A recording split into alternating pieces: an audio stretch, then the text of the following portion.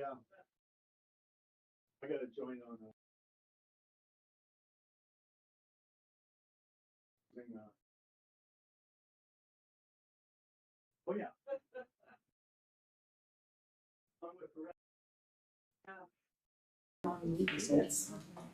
Okay, welcome everyone. I will now call this council meeting to order on January 25th or 21st at 5 p.m. And we will start with the territorial acknowledgement. In the spirit of reconciliation, we acknowledge with respect the history and living culture of the Anishinaabe, the people of the three fires known as Ojibwe, Odawa, and Potawatomi Nation, who have inhabited this land from time immemorial. We recognize that these lands are the territories of the Chippewas of Saugeen and the Chippewas of Nawash, collectively known as the Saugeen Ojibwe Nation, the keepers of this land. Georgian Bluffs is located on lands encompassed by treaties 45.5, 72, 82, and 93. We reflect on our role as treaty people and the need to live in respect and peace and show respect to the First Peoples who inhabit these lands and waters. And this extra line in my script that should be there. I see Carly nodding at me. We'll move on to adoption of the agenda. I'll just note to council that item number 11.2.2, the chemical culvert, is being pulled from tonight's agenda and will be brought forward at a later date. So the recommendation is that the agenda be approved as amended. And have a mover and a seconder, please. Deputy Mayor Pringle, Councillor McComb. Is there any discussion? Call the vote. All in favor? That is carried.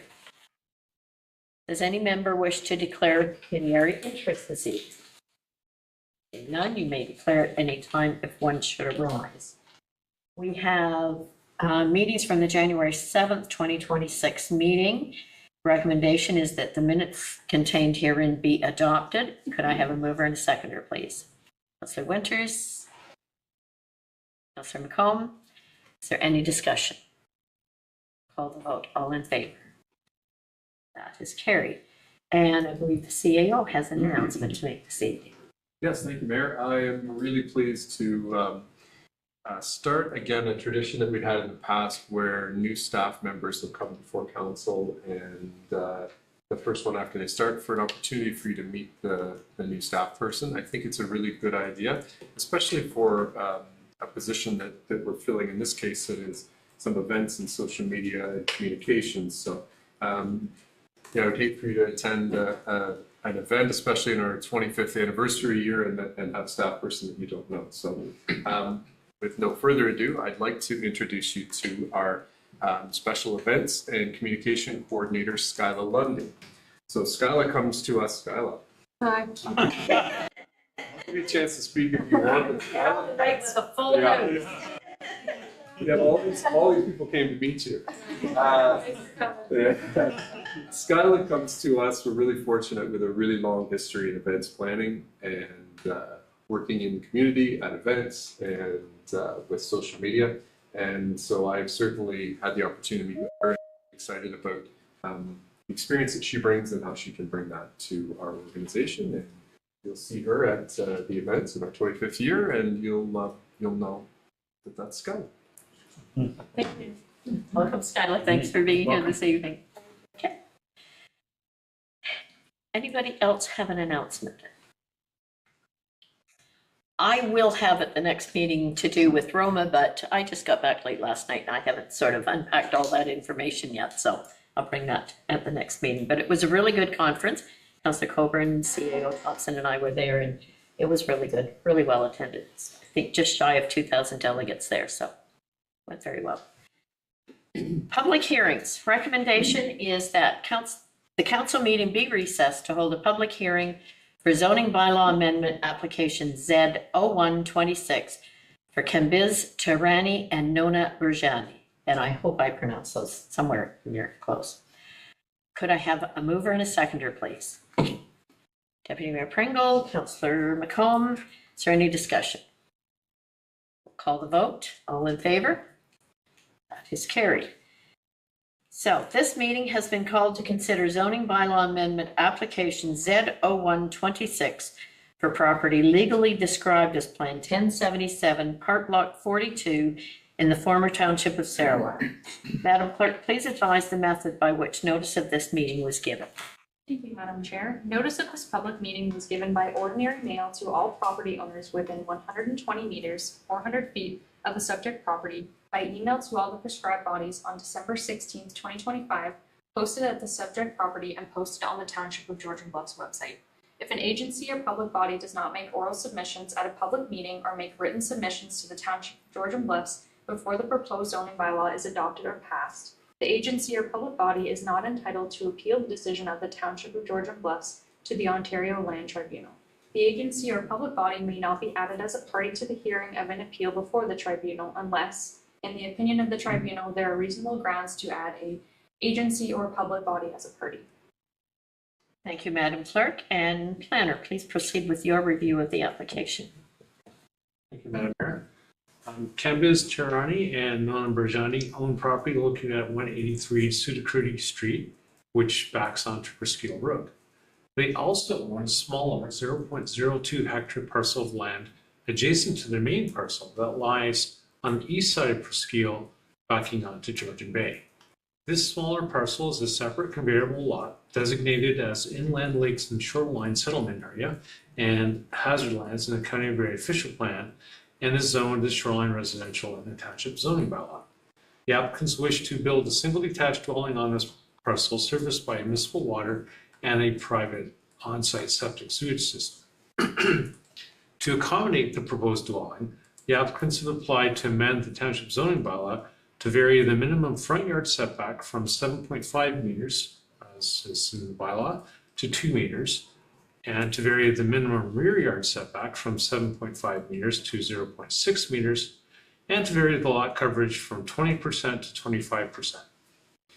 The applicants to support this proposal have provided an engineered grading and drainage plan, architectural site plans and building envelopes, site servicing plans and details, and a planning justification report. As the clerk noted, the notice of the application was circulated in mid-December of this year. I do note that although the notice was mailed, mail seemed to be delayed, and applicants only received, or sorry, the adjacent properties only received their mail, it seemed like even as of next week. As such, in the notice, it had mentioned that public comments were supposed to be received prior to January 7th. Noting that the mail was delayed, we received comments up to today and even after if necessary. So to date, or as of the writing of this report, we received 15 written comments and 3 verbal comments, and we also received a petition containing 80 signatures. Generally speaking, all responses received thus far have been in opposition to the proposal, citing the following concerns. And I'm summarizing. There are factual errors in the application for amendment to the zoning bylaw.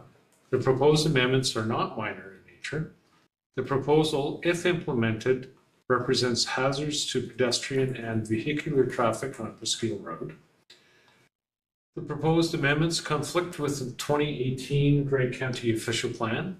The use may conflict with the original intentions of the Sudakruti Plan of Subdivision. And I hope I'm saying Sudakruti right.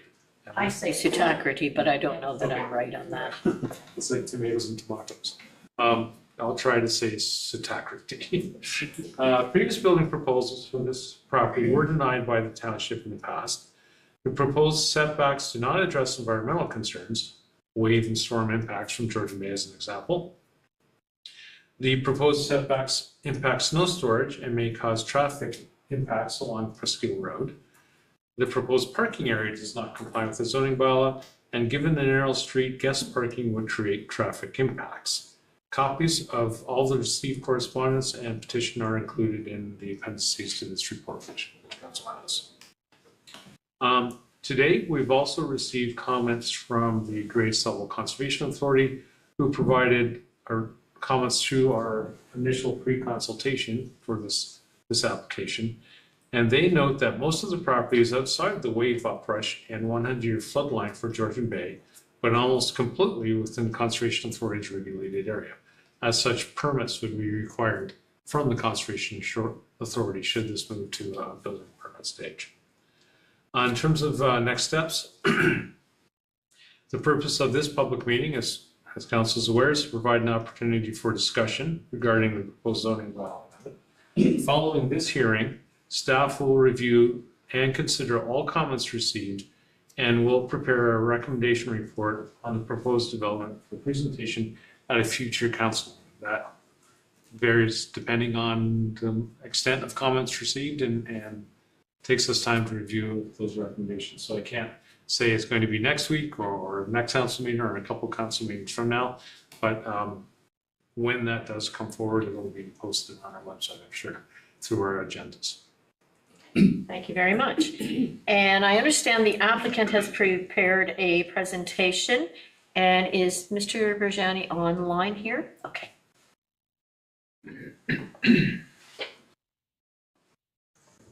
Yes. Good evening, Chair, committee members, and community. My name is Negar Virjandi. I'm the architect working on this proposal. Thank you for the explanation from our planner.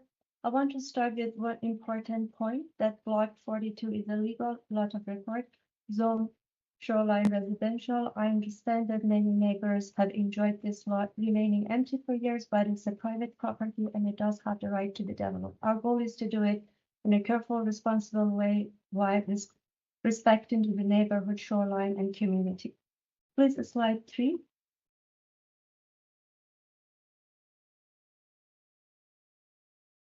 Yes. With this, it simply shows, with the slide 3, 4, and 5 shows the design consideration. This one shows the lot coverage comparison to the adjacents. Next, please. This one shows how the adjacent neighbors' view are clear in terms of the massing. Next, please. This one shows the blue line is the public stretch. The proposal occupied approximately 1/5 of this total length, and in that length, just half of it is 7.5 meter high, and the rest is 3.3 meter in height. Slide 6, please. The reality of the lot, after recognizing the legal right, the biggest challenge here is in design taste, is the shape of the land and existing physical characteristic limitations. This lot is only about 526 square meter and has a very narrow and triangular shape. Because of that, it's not physically possible to meet 7.5 meter front and rear setback at the same time. If we tried this follow exactly, we wouldn't have any built up. On top of that, the house location isn't something we can fully choose. It's largely set by environmental requirements, especially the 154 square meter for septic bed, and we cannot build over on top of this system. And we had to follow obviously regulation regarding the adjacent pump station as well. Slide 7, please. Regarding this system, this project goes beyond the basics. It's a high-level treatment system, which is especially important near the shoreline and respect environmental quality. And in terms of flood protection, we are 3 meter above floodplain, allowed all regulation by Great Sable Conservation Authority. Regarding the neighbors, the concern, please go to slide 8.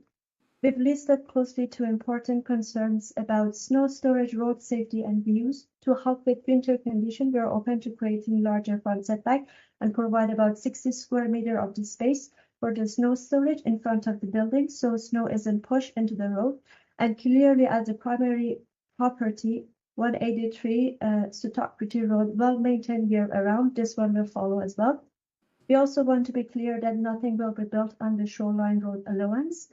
And to reduce visual impact per slides before that I showed as a design concerns, the house uses a stepped design with heights between 3.5 to 7.5 meter high and well below 10 meter limit in this zone. And we are open to 20% lot coverage limited instead of 25%. And last slide, please.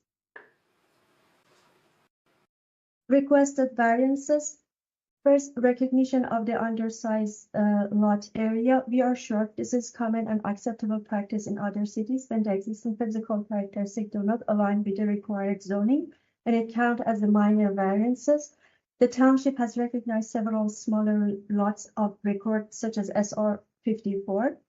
The next one is increased lot coverage. We are open to meet 20% instead of 25%, which was proposed before. And regarding the setback reduction, for a viable practice due to the irregular geometry, practical limitation, and a technical requirement for the septic system, we came up for those proposals. So at the closing, to wrap up, this proposal is about finding a reasonable balance. We're looking for working with a difficult piece of land, but we are doing it carefully using modern system, keeping this building low, protecting public land, and responding to the community concern regarding the visual experience. We are not asking for a special treatment, just a small flexibility that has already been given to the other shoreline properties and SR zones. So a legal lot can be developed responsibly. Thank you for listening. Thank you, Ms. Bujani. And I will now turn to the following members of the public who have registered to provide comments regarding notice of public hearing Z01-26 Burjandi. So first on the list is Rob and Suzanne Pringle.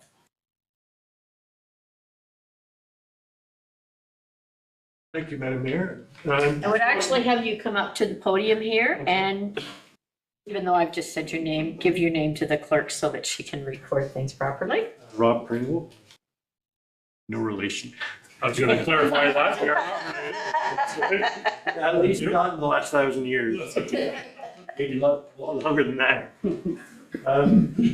My background is I was, still am partially, a transportation engineer, traffic engineer, transportation planner. Most of the required amendments to the zoning bylaw have been covered except for parking. I've just referred to table 6.4 of the zoning bylaw, which says no part of any parking area is closer than 7.5 meters to the road line and 6 meters to any other lot line. The proposed parking area is shown to be virtually on the lot line at the front and at the back. The required width of a parking space is 2.75 meters. What's shown is 2.2, I'm sorry. And the required length of a parking space is 6 meters, and what's shown is 5.4 meters. And there's no room within the lot to expand that. So any larger vehicle, most pickup trucks, large SUVs and so on, if they're parked precisely in the space, will be right at the lot line at the back and the street line at the front. I don't think any of us can consistently park our vehicles that well. 2 parking spaces are required in the zoning bylaw, table 6.1. Only one is being provided. There is space beside that, which could nominally be proposed as a second parking space, but it's even smaller just because of the angling of the lot. My concern is that, first of all, I'll address the 1 parking space. Any visitors to the occupants of this house, if it is rented out on a short-term basis, there is room for several cars worth of people. Where are they going to park? Are they going to park on Presqu'île, which I think should be seen as a no-go right from the start? It's a narrow road. There's a lot of people walking on it. Cars parked there, going to be a sight distance problem, safety problem for pedestrians, and also for cyclists. And there's quite a few cyclists. This is part of the waterfront trail. Are they going to park in Sitakriti Park? There's a launching area there, and there's a wide verge along the road. Is that going to be used for parking for this particular property rather than the people who are using the park? I think there's been comments made about the safety given the sight distance. There's bushes close to the road, and given the number of cars that move along there, 60, 70 kilometers an hour, even though it's a 40 kilometer per hour speed limit, that is a definite safety problem. So I'll just keep my comments to the transportation part of it and leave some scope for others. Thank you. Next on the list is Kathy Hughes.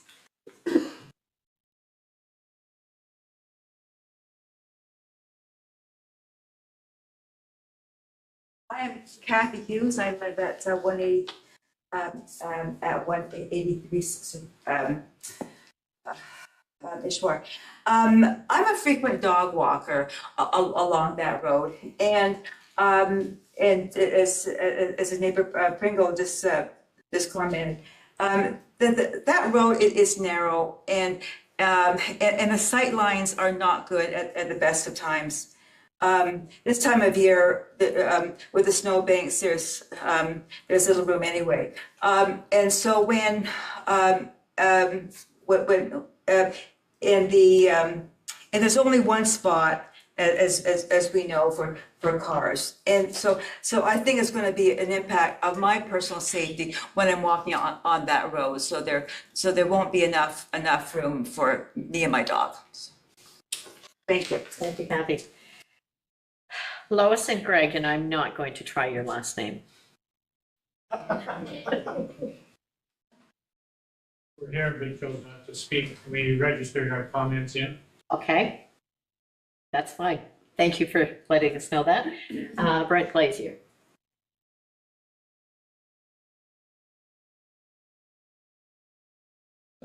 Yes. Brent Glazier. Address too, or no? No, you don't need that. Okay. Thank you, Madam Mayor and Council, for allowing me to speak before you today on this very important subject. I live on Presqu'île Drive, and my comments are in your council package, and I'm not going to go into detail about that, but I do have a couple of things that I wanted, after having submitted my comments, I come to light think about a few things. Over the years, since the amalgamation of the four municipalities into what is now Georgian Bluffs, the zoning bylaw has matured over the years and amended only because of things that were not legal or become an obstacle for future development, housing, planning, and that sort of thing. That document, and I want to recite Section 5, 11C. This lot or this property is a legal non-conforming property. However, in that section, it states that provided the lot can be developed, provided it meets the other regulations or the parts of the zoning bylaw. In this particular case, there are 5 zoning infractions with this proposed development. Planner, sorry for tying it. Anyways, regardless, the planner spoke of them. I spoke of them in my report. The thing is, if council were to accept this, it sets precedents in the future for irregular lots such as this one. At what point, and I guess I'm just saying, is they're forcing a building on a lot that it can't work. It just can't work on that property. And there's probably several other instances in Georgian Bluffs that have that sort of thing. There'll be a lot of people watching tonight with the possibility of having a property like that. They're gonna go, please make this pass, please make this pass. I want to develop this lot. So again, I'm just saying, please think about this, because the future of the zoning bylaw is going to be at peril if this development were to proceed. Thank you very much for your time. Thank you. Bill and Susan Carson. We've registered her letter and choose not to speak right now. Thank you. Ross Thompson.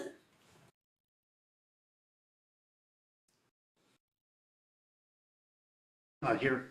Not here. I'm looking online to see. Looks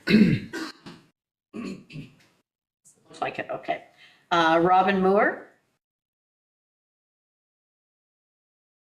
Yes, good evening. Thanks for the opportunity too. I'd like to preface by saying this isn't a not in my backyard comment, as it really isn't in my backyard. I do live on Sutakrity, 178, but I cannot see this property from my property. But I do use the park a lot. My wife and I go down there for a fair amount. We do a lot of walking. As do a lot of people in this neighborhood.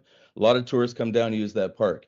If this goes ahead, you will not be able to have a decent view towards the south side, and the seating in the park is geared towards the south.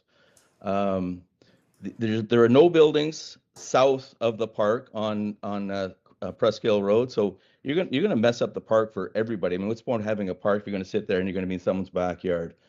I believe that there's also no grass in the park. It's all trees, so basically you have the water and you have a bunch of trees. So if you want to have a picnic or something like that, there is crown land on that property. You're no longer going to be able to access. So if family wanted to go and have a picnic in the sun, that's going to be out of the realm of possibility as well. The septic location is right beside the park. So if there's any problems with the septic system they're putting in there, well, guess where it's going to go? Right where the swimmers are going to be, which I don't think is an ideal situation. The current owner of the house, is my understanding, there's 20 places, or 20, it sleeps 20. It gets rented out a great deal for Airbnb. So and a lot of the people in the neighborhood are concerned. So this is just another Airbnb from an absent landlord. If you really need more space in a mansion that has bedding for 20 people, well, maybe you should go up on Sutakrity up top there. And build a house up there, and that way, if they want to come down and visit you, if you're having a family gathering with 40 people, then maybe you could accommodate it. I don't think it's contingent upon you guys to move ahead with this, just so they can have their own a second Airbnb. And the last thing I'd like to say is, all governments in Canada are looking to increase housing. They're not looking to increase Airbnbs and spots for absent landlords to have another place to stay on the weekends. So thank you very much for the opportunity to speak. Thank you. Next is Calvin Confer. Thank you, Mayor Carleton. Calvin Confer. I live on Presque Hill Road. Most of my comments were reiterated by the planner, but I would like to take a opportunity to stress a few of them. One, there were a number of factual errors in the application. The application was presented as if there is water existing on Presque Hill Road. There is no water there. There is water that serves 183 Sutakrity. There is water on the portion of Presque Hill Road that is part of would be the north, or away from it, where there are 3 houses that are served by the line, but the nearest water line is 30 to 40 meters away from the property. The town would have to, or someone would have to put the water there. Nothing in the application indicated there was any commitment to provide water to service it. So the idea of a 7.5 meter setback, no, it's really a 10-meter setback if there are no services in the area. And as the applicant even said in her presentation earlier, the site is simply too small for a house. That's what she said. It just doesn't work. Other factual errors: no water. There's no application for a sewage permit, which I presume the county or health would have to approve. I did show a picture of. We had a storm surge a couple of years ago where a dock had washed up essentially on top of where the septic system would be located, suggesting that we're going to have the potential for water influxes into the septic. That's unacceptable, as someone just pointed out. We do have swimmers there, and we don't need polluting the water. We do draw our water from that part of the lake. They talk about Presque Hill Road being a county road. Of course, it's a municipal road. So there are a number of factual errors in the presentation that are of concern. I also identified that the county's plan of 2018 lists the entire shoreline as a portion of the shoreline as hazard lands. That was intended to prevent any building, any development of a dwelling along the shore. The only thing that has been built that I can recall since that county plan went into place is a picnic shelter that is on private land adjacent to the camp, the Rotary Y camp. It was put there last year, I think. And that is in the county does suggest that a picnic shelter is a potential where it doesn't interfere with other things, but certainly no dwelling was contemplated on hazard lands. We've talked about the setbacks being, we're talking about 2.5 meters from the road. I mean, the snowplow throws snow much further than that in the winter, particularly this time of year when we have snow banks developing. I did include a picture of what my mailbox looked like last February when we had a bit of snow, and we're tuning up to that again this year. This is not going to be unusual. There is no way that we can properly clear the road. I already mentioned the septic environmental hazard. And someone has mentioned that that specific property had applied for, previous owners had applied for development permits that had been rejected by the council. And I see no reason why we should revisit that this time along. The justification report just seems to be misrepresentation after misrepresentation. He says the 183 Sitockrity is divided into two parts. Well, actually, it's two pieces of separate land. 183 Sitockrity is 183 Sitockrity. This is a part of Lot 42 on Presqu'île Road. They're owned by the same people, yeah, but it's not one piece of land. I also, suggested that,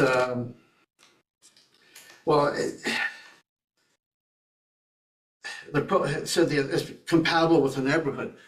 There are no buildings on the water side of the Presqu'île Road that are within 2 meters of the road. In fact, all of them appear to comply. And I say appear because I haven't got my tape measure out to see if they're all 10 meters from the road or 7.5 meters from the road. They all appear to comply with the bylaw, whereas this would be a significant variance, not a minor variance. And I understand a minor variance is what, 5-10%? We're talking significant variances here. When there's no water or sewer, the township requires an acre of land for development, 4,047 square meters. This is 528 square meters. Even where if there were water there, it's 1,500 square meters. I mean, this is just a third of the required size to develop the property. The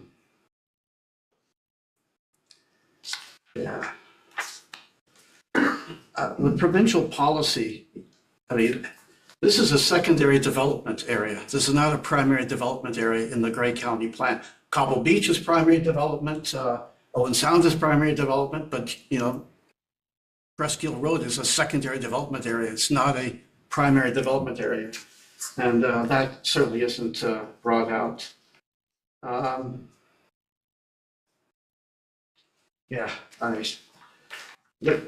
What else can I say? It just doesn't seem to fit.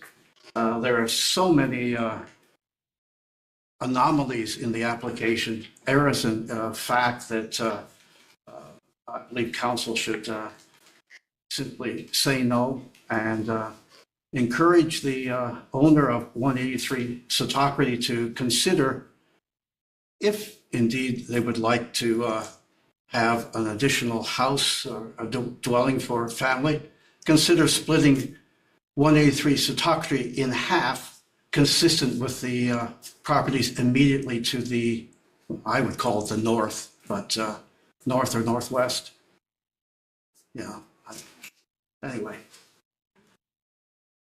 That's all I have to say. Thank you for your time and consideration. Next is Douglas Reed. Here or online. Yeah, I'm here. Thank you. Go ahead.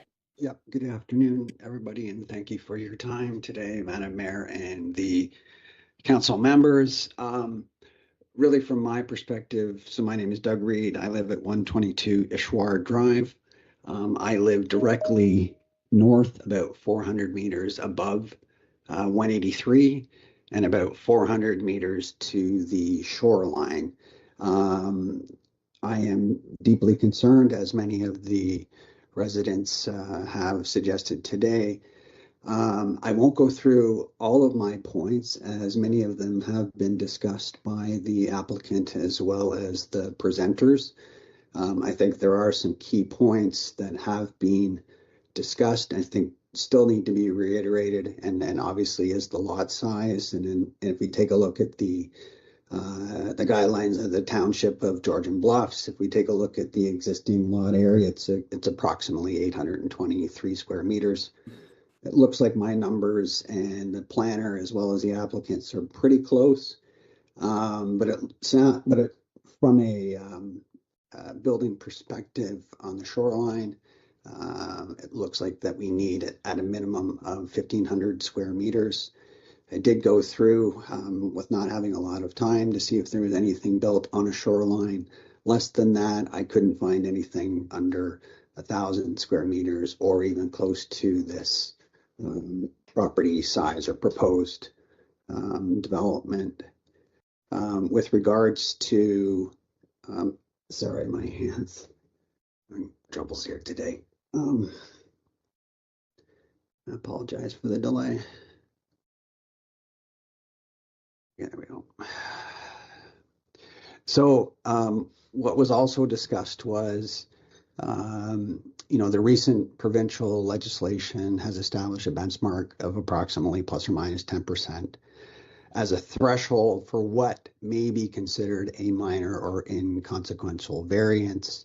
The numbers that were presented by the planner as well as the applicant were pretty close to mine. So the front yard setback reduction of approximately 75%, these are my numbers, and a rear yard setback reduction approximately 94%. So that is not minor, that is significant.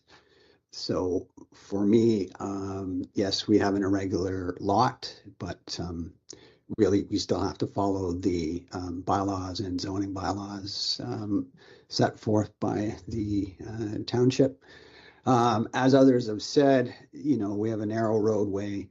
One thing that has been missed is we do not have a shoulder on this at all. It is roadway to grass on both sides.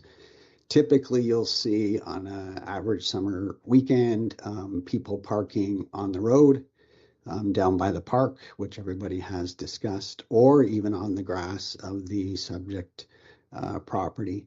One thing to also note on this property, I think somebody has also raised it, it is not natural to the area. A resident who has been in the area for almost 40 years has advised that that is the actual dirt is not natural soil to the area. It was dumped there by the original developer or homeowners. So that raises a concern there as far as just the integrity of the soil. The other items everybody has brought up. Obviously, we need to be stewards to the Great Lakes and the shorelines.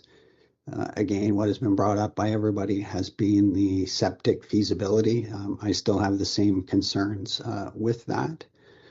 Considering we have low water today, not long ago, the shoreline waters were up at least 3 to 4 feet from where they are currently today. So I do have some concerns about that, and there has been shoreline erosion on that property, which has had to be addressed by the previous owner. And then what was also discussed, this property or subject properties. Also, previous owners have also tried to put a home or put an application in for a home. Those have all been turned down. So I think those are records that you can find. I had a difficulty finding it. I don't disagree with any of the comments that my fellow residents have made with regards to the roadway and whatnot. Now, obviously, from a regulation, obviously, Gray Sawville Conservation has to be a part of this decision making, you know, due to their due to potential flood hazards, you know, erosion hazards, and so on. So I think it must be a part of that as well. There's a few things that have been considered, maybe been adjusted by the representative. I think there's an existing fence that's showing that would be on public lands. There's been enough discussion about parking. Obviously, under the Georgian Bluffs zoning bylaws, depending on the residential space, you know, you would have at least a minimum of 2 spaces. And obviously that would depend on the type of residential construction that would be made. In this particular home, there is only one that everybody has discussed. What was also been discussed is this property is used for short-term accommodation through Airbnb. So we do have absent owners. I don't keep an eye on it. My neighbors do tell me that the owners do use it. But that's really not the issue here. It really becomes how the property will be used, and then really the effects it has on the environment. Lastly, I'll say, as I said, where I live, roughly 400 meters to shoreline, when the property is rented out, I can hear the parties going on. There has been intervention by the OPP and I think bylaw officer on this. Just as a side note, in my documentation, you will see some of the pictures that have been provided of the home, and I think, as others have said, if space is required, then take a look at the existing property. And I think really what we want to do is, you know, protect and enhance the public shorelands. And this is a way that we are going to potentially destroy the shorelines. So in conclusion, as everybody said, there's significant zoning deficiencies. The scale of the requested variances, safety concerns, environmental constraints, and implications of the land for this proposal raises significant planning concerns. So I think if the township was to move forward, that sets a awful precedence for shoreline applications. And that would be it from me. So I'd like to thank everybody for their time. Thank you, Mr. Reed. And next is Chris Collard.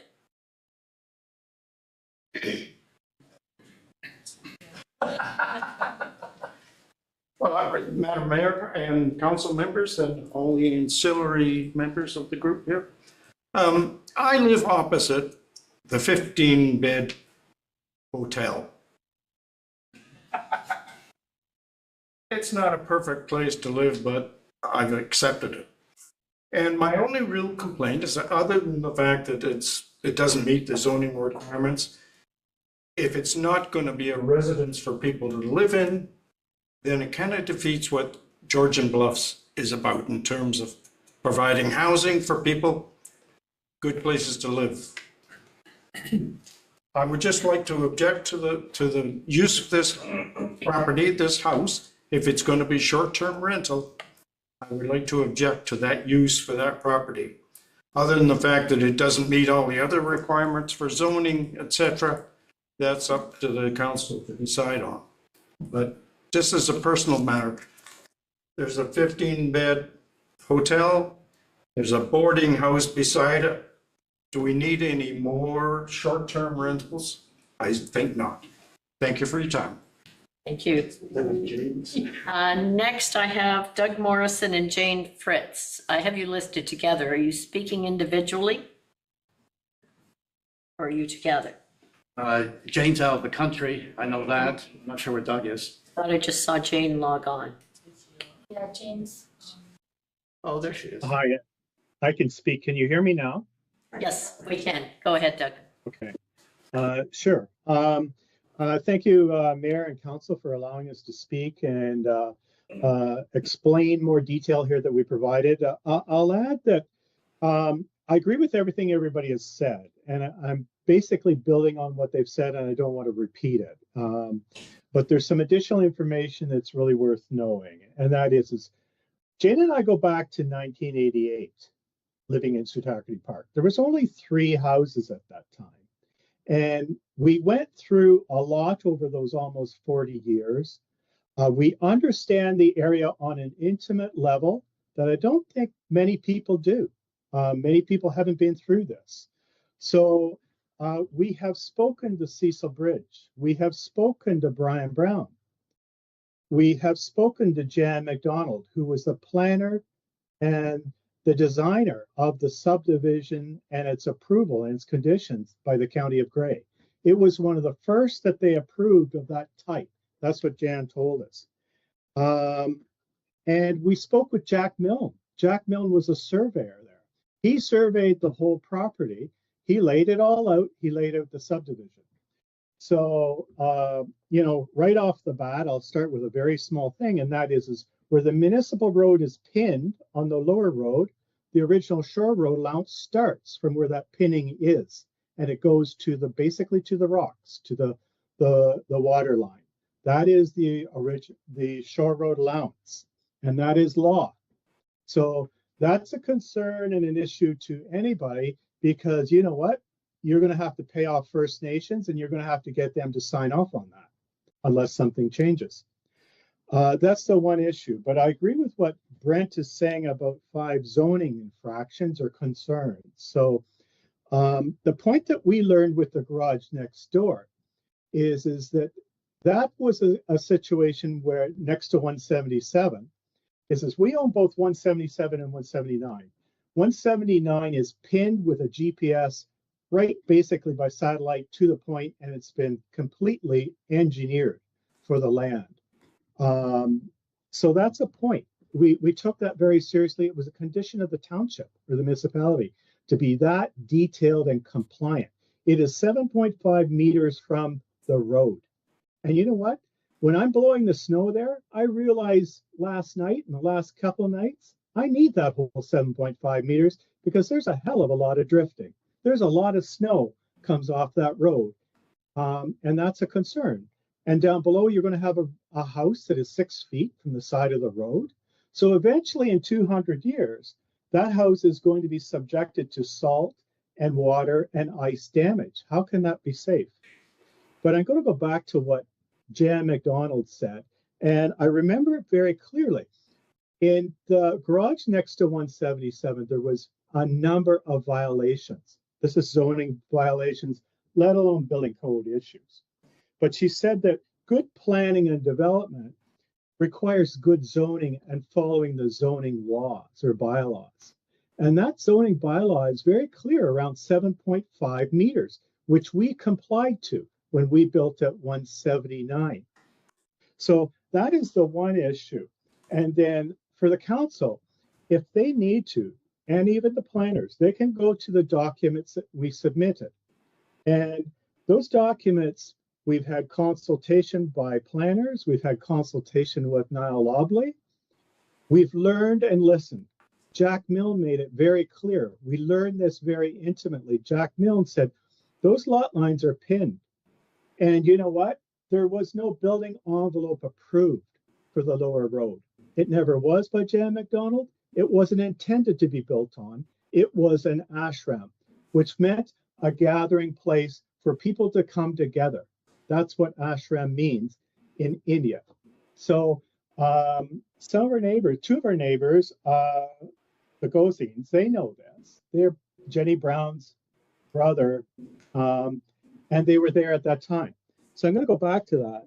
And so when you have to do major revisions or changing to your variances, that's a concern, because you know what? You can never make it right because it's not following good planning, because then you're going to end up with issues such as environment. So the garage next door, it still causes water to come down onto our lot because it's violating the setback. There's not proper grading. We live with it, we work with it. But it's, you know what? That wouldn't have happened if there was the setbacks followed. So the setbacks are there for a reason. I'm deeply concerned about the liability of this building in 200 years or 100 years, is that's going to be a taxpayer liability, because the environment is going to affect it. In our submission, you can see the pictures. You can see how high water is moving its way up. And what's to say that in 50 years or 100 years that high water is going to go higher and higher? We were down on Island View Drive during that period of time at houses, and the water was coming in on the ground level floor. It was going through the patio doors. And you know what? What does that high water mean? It can move, and it does move. So I think there's a huge liability there. I wouldn't want to be the homeowners proposing it or the landowners proposing it, and I wouldn't want to be the township that may have to be financially responsible. Who's going to indemnify that? So that's my deep concern as a taxpayer.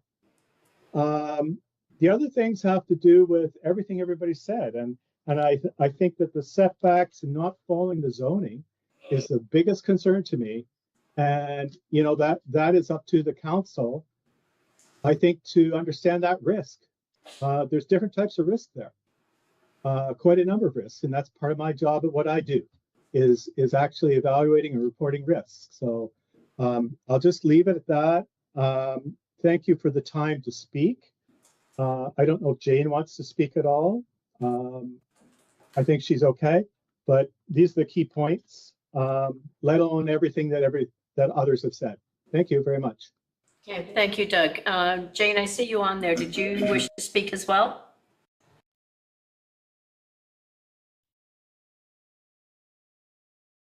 She's okay, I think. Okay, thank you very much. And that's the end of everyone that I have listed here. So thank you very much, everybody, for making the time to take part in this tonight. And I will now turn to council. Does council have questions regarding this proposed application? Councilor Day. First, thank you all. That was a lot of voices for tonight, and I always appreciate it when people make time to come in or speak online in front of council. One clarification question for our staff. Is there a plan of subdivision document, a historic document from when this subdivision was made that should be included in our consideration for this project? Thank you. And through Mayor Colton, we do have the original Sudacriti plan of subdivision, as well as the original subdivision agreements. And it looks like at that time, originally this was proposed as a public space, but that use seems to have been lost through the zoning that has kind of fallen on that lands over the years. That's something certainly that we will look into further as we prepare a recommendation report on this property. Any other? Councilor Winters? Yeah, again, I want to thank everybody for their comments. I personally don't support this application. When I look at it, there's a lot grading plan, there's a septic plan, and there's Conservation Authority pre-consultation comments, and they all contradict each other. Those three plans do not simultaneously fit when you look at them. The application in front of us, if it's for safety, the traffic, the environmental application, when I look at it, I do not support this. Thank you. Thank you. Deputy Mayor Frankel. Yeah, thanks, Mayor Carl. Yeah, I'm of the same opinion as Councilor Winters there. Thanks to everyone here that brought forward all the concerns, because you make our job easier here. We're on the same page. There's so many factors in here that aren't lining up to what we should be doing in our residents in our area. My concern goes back to the park. We have a park there, and we're going to put a house beside it with a septic and all the rest of it. So that doesn't work for me either. If anything, we should be developing the park a little bit better so it's more usable for the area. is kind of where I'd like to see it go. But again, I really do support the same as Council Winters. I'm against this moving forward, and there's a lot of things got to be crossed and I dotted I's or whatever before it can be completed anyway. But for me right now, it's a no. Thank you. The last one. You're the last one. I hate to join the crowd, but I too don't support this for a number of reasons, and really, I guess it has to do with proximity. So I can't see approving a variance on both sides of a property like this. I really support building on land that you're allowed to build on, and so it's kind of heartbreaking to say that this doesn't work. But it isn't to say I'm against building on this. I'm just against this building on this land. So that's where I stand right now. Thank you. And the recommendation that goes with this. One more here. Oh, sorry. Go ahead, That's Councillor okay. Day. I know I'm speaking twice. That's okay. I do support, in general, the concept of infill as a way of increasing density where density is appropriate. And I appreciate it. And when I think about secondary and primary development areas, that there is a difference there. And I do share many concerns about this development, as have been previously spoken. I also just wanted to make a last comment about valuing the local knowledge regarding water levels in this area. 2020 was a remarkable year for the wave surges, and that local knowledge of what's happening with the shoreline is significant as well. I appreciate it. So that was not very eloquent, but I think that was the first one. It's okay. Thank you very much. And I agree. The local knowledge is what we often need to rely on. So I will now call for a vote to receive the public hearing report. The recommendation is that report DEV 2026-008, public hearing report for Z0126 Tirani and Burjandi be received for information, and that all feedback resulting from the public hearing be addressed in a future staff report for consideration of council. Could I have a mover and a seconder, please? Deputy Mayor Pringle, Councillor McComb. Any further discussion? Seeing none, I will call the vote. All in favor? That is carried. And I will just thank everyone for being here. And if you wish to stay for the rest of the council meeting, please do so. But we'll understand if you choose to leave now. Well, maybe just allow a couple of minutes for everybody to get in before we move on to the next item.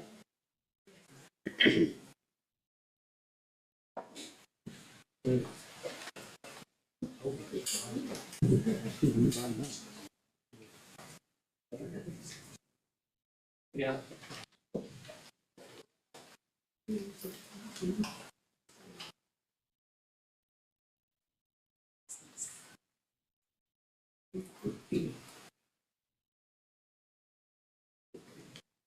All right, off to McDonald's. Good evening, everyone. Good evening.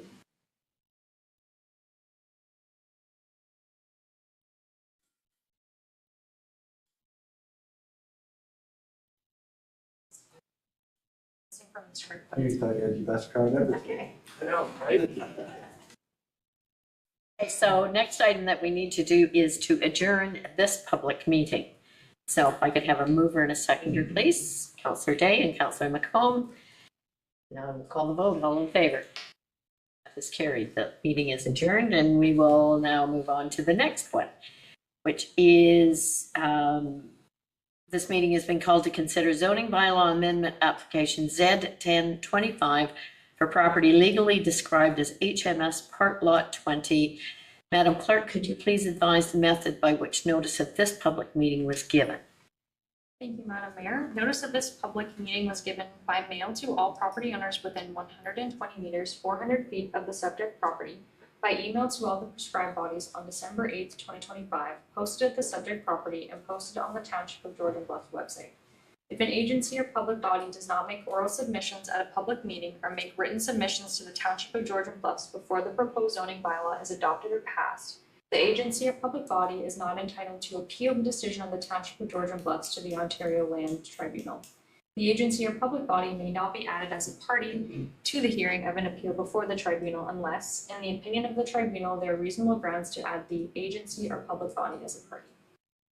Thank you, Madam Clerk, and I will now turn to the planner to proceed with your review of the application. Thank you, and through you, the chair. So zoning bylaw amendment application Z-10-25 was previously presented to council at a public meeting held on November 12th, 2025. At that time, council requested additional information regarding the intent of the proposed accessory structure and directed that the application be brought back to a future public meeting for further discussion. So the application is now being brought back to council today, as the applicant has submitted additional information with regards to the proposed zoning bylaw amendment. The public meeting will provide the opportunity for continued discussion among stakeholders, members of staff, council, and the public, and will assist in obtaining further direction from council pertaining to the proposed zoning bylaw amendment. The subject property is situated on the southeast side of Bruce Road 10, just north of Highway 21 in the former township of Derby, within the township of Georgian Bluffs.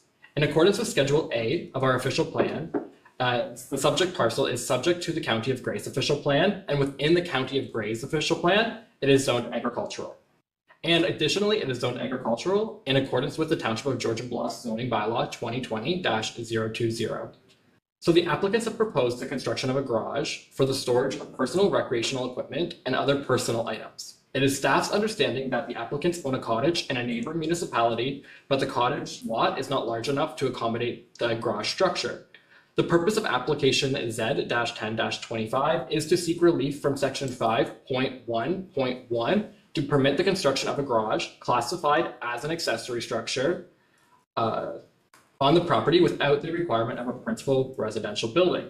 The applicant is additionally seeking relief from section 5, accessory structures, table 5.1 of the zoning bylaw to permit a maximum lot coverage of 14.5%, where a maximum lot coverage of 5% is currently permitted for accessory structures.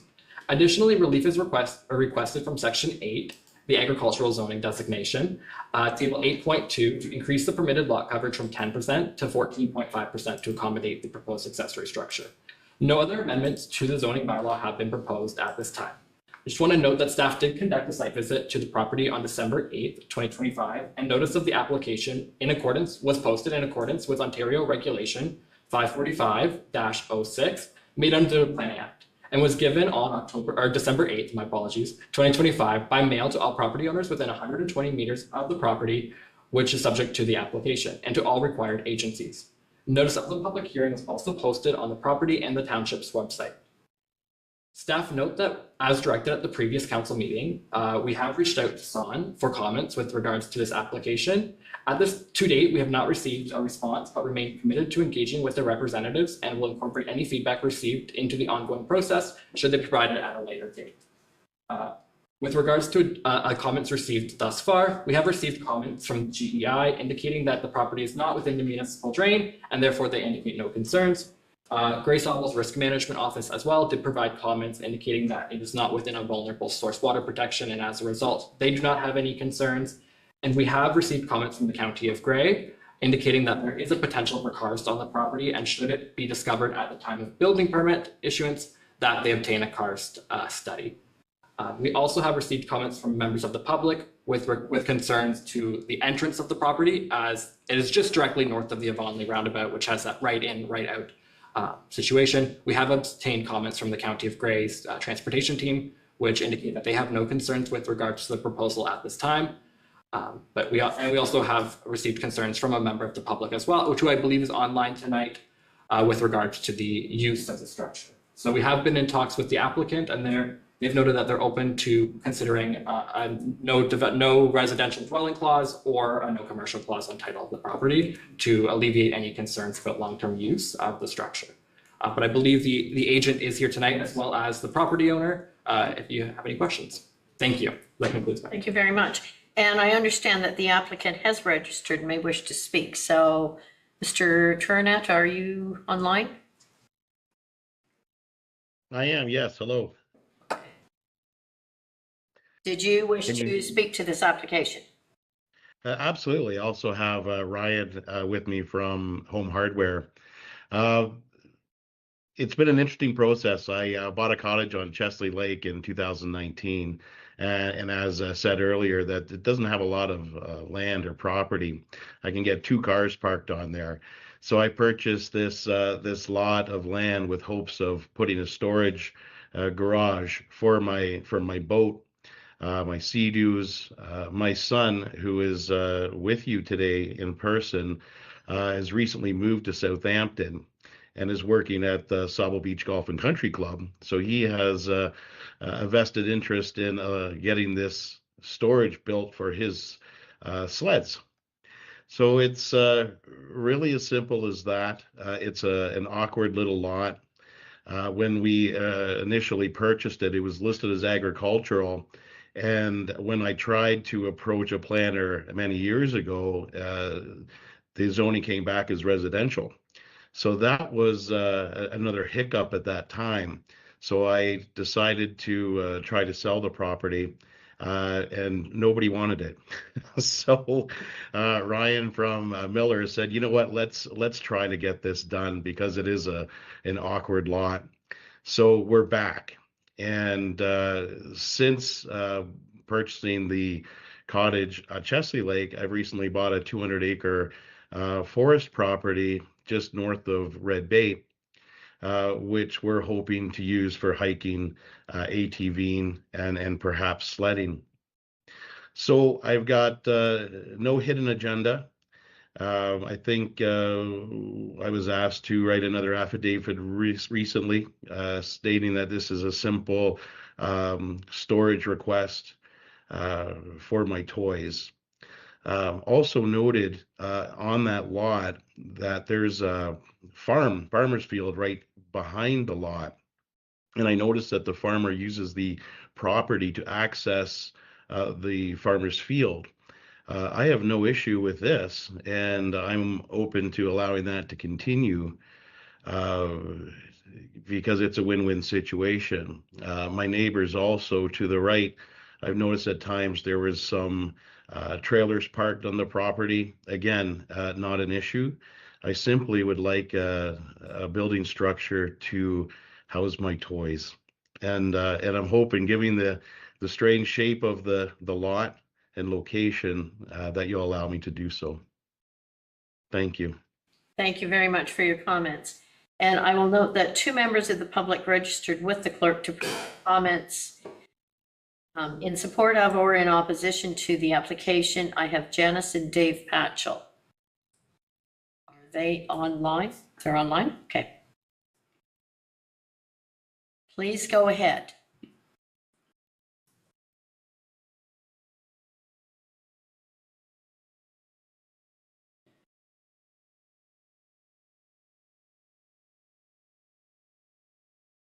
Hi, thank you, Madam Mayor, for letting us submit some comments. Our concern when we saw this was with the size of the building that was going to go on the lot and also what it was going to be used for. Another thing was it's triple the maximum permitted. And also our concern was the access into where the building would be built and exit, because it is very, very close to the roundabout. So when you go to exit, you have to go north. You can't go south. Anything else, Dave? No, that's pretty well. We already have congestion on account of people turning in and our laneway to get around to go south. It's already congested there, and it's a 80-kilometer-an-hour roundabout. It's no reduced speed, so it's congested there. It's really the only concern I have after hearing the gentleman talk tonight. It's really the only concern I have now as to that congestion, and it's already a cluster there, and it might only add to that. Thank you for your time. Okay, thank you for your comments. I will now turn to council. Does council have any questions regarding this proposed application? Councillor Winters? If I may through you, Madam Chairman, to the planner, the property is currently zoned agricultural? Correct. In accordance with the zoning bylaw, correct. I mean, I'm all for being able to build on a lot to do things that make sense. As again, I said in the previous meeting, where I'm hung up on is we've got a small agricultural piece of property that shouldn't be zoned agricultural. And we're trying to put a non-agricultural building in there for non-agricultural use on agricultural land. So we're not following our own zoning. If this property were zoned residential, the Shouse would be a great application for this. Would that be allowed? And it's got more land on it than the last proposal we just saw. You can cite a septic system on there, you can cite a well in there. And if it was zoned residential and a Shouse was an opportunity, that may satisfy everybody. We as a municipality should be looking at trying to find affordable housing.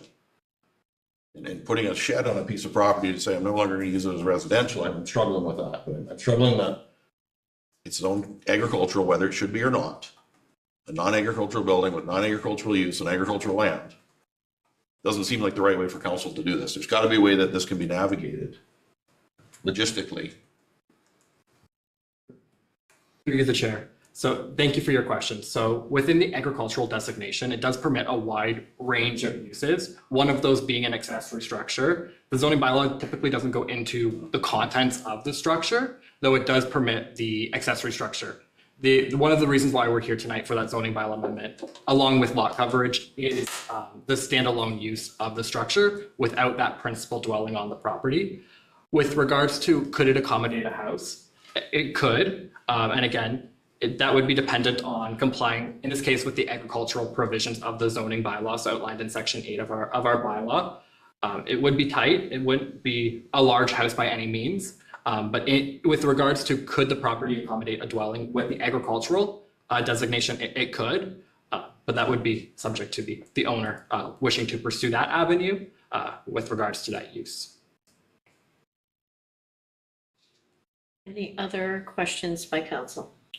Deputy Mayor Park. Yeah, thanks, Mayor Cullen. That piece of property's really been an eyesore for a lot of years. It's been, as long as I remember, it's been that way. And there may be, I don't know, better ways to accommodate this, but for what we're dealt with here today on this proposal, I am for it. I see they've reduced the size of the building to 40 by 40 as opposed to 40 by 60.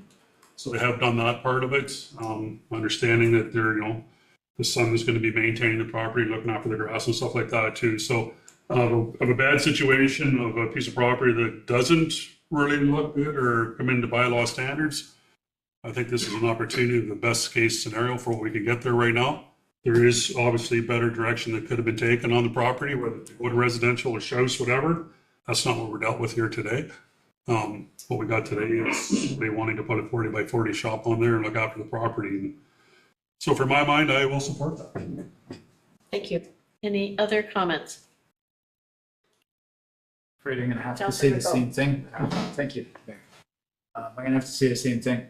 I think that we're overcomplicating it by asking for changing of zoning. And we're also considering then that we would be forcing some sort of residential structure to be built on there. And then we're also looking at a different tax rate for that owner as well. This guy just bought a lot hoping to put building on it. And it seems to me that this building would, I was actually up there 3 days ago, and it would be a blessing to see something else on there other than the dilapidated building that's on there currently. It also doesn't look like it would be prime real estate for residential.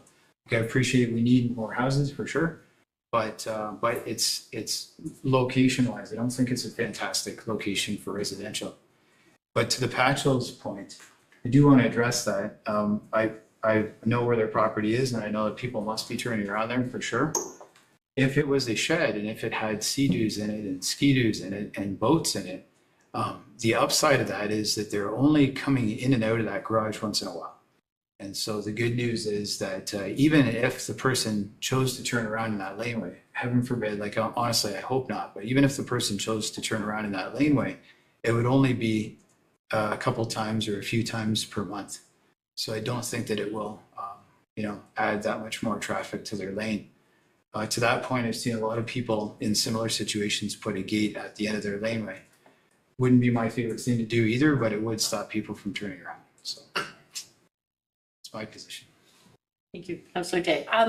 Correct me if I'm wrong, I think this is a public hearing, so no final decisions are required at this point in time. I'm still learning and listening and appreciating different opinions. Just a question through you to probably the staff. In the long run, I understand the intent and use of the building at this point in time with these owners. In the long run, should the property change hands, is there a reason we would be concerned about a property that is only consistent of a garage as a building? Thank you for your question. So staff are aware of the long-term potential risks associated with a standalone structure and the reasoning for why we do not permit it as a standalone use within the Township of Georgian Bluff zoning bylaw, unless going through that zoning bylaw amendment process, of course. So that is where we are recommending that no residential clause as well as no commercial clause to give us a little bit more teeth should the use change in the long term. As well as we do note that with the proposal to date, no septic or well is proposed with the shop. So that does alleviate some of our concerns with regards to using it for residential purposes or using it for commercial purposes long term. But again, we are still recommending that when we do bring forward that staff recommendation report, that we do address those long-term potential uses within that report. Thank you. Thank you for that. Any further questions? Seeing none, I will now call for a vote to receive the public hearing report. The recommendation is that report DEV 2026-007 public hearing report for Z1025 Turnet be received for information, and that all feedback resulting from the public hearing be addressed in a future staff report for consideration of council. Could I have a mover and a seconder, please? Deputy Mayor Pringle, Councillor McComb. If there's no further discussion, I will call the vote. All in favor? That is carried. And I will also now call for an adjournment for this hearing. Could I have a mover and a seconder, please? Councillor Day and Councillor Winters, call the vote. All in favor? This public hearing is now adjourned. So thank you, everyone. Presentations. Any person who wishes to make a presentation to council must register with the clerk at least 10 days in advance of the scheduled meeting. To register, you can complete the online delegation form, www.georgianbluffs.ca/delegations, or call the clerk's office at 519-376-2729, extension 601. And we have a delegation, Kelsey Bonneman from Ontario Nature, National Target for Biodiversity, 30 by 30 target. And I will welcome Kelsey. And you have 10 minutes for our procedure bylaw, so please go ahead with your presentation. Great, thank you so much. Good evening, Mayor Carleton and members of council. I can see you can see my presentation on the screen there. My name is Kelsey, and I'm the Protected Places Assessment Coordinator with Ontario Nature. And I'm pleased to present the opportunity for the Township of Georgian Bluffs to participate in Canada's Protected Areas Target, also known as the 30 by 30 target. Goes by many names. Tonight, I hope to share some details on the target, including next steps if the township decides to move forward. Okay, next slide, please. If you're not familiar with us, Ontario Nature is a charity established in 1931 with the mission to protect wild species and wild spaces through conservation, education, and engagement. And we represent thousands of members and supporters across the province. Okay, slide 3, please. So the 30 by 30 target is an international and a national commitment ratified at the UN Biodiversity Conference in 2022 which aims to halt and reverse biodiversity loss by protecting 30% of all land and water by the year 2030. To date, Canada is nearly halfway to reaching this 30% goal, and the map on your screen with all of the green areas there represent Ontario's protected areas, totaling at around 11% to date. And you'll notice Southern Ontario on the map is especially underreported, partially because municipal lands don't automatically count towards the target, which leaves a pretty big gap in one of the most biodiverse regions in Canada.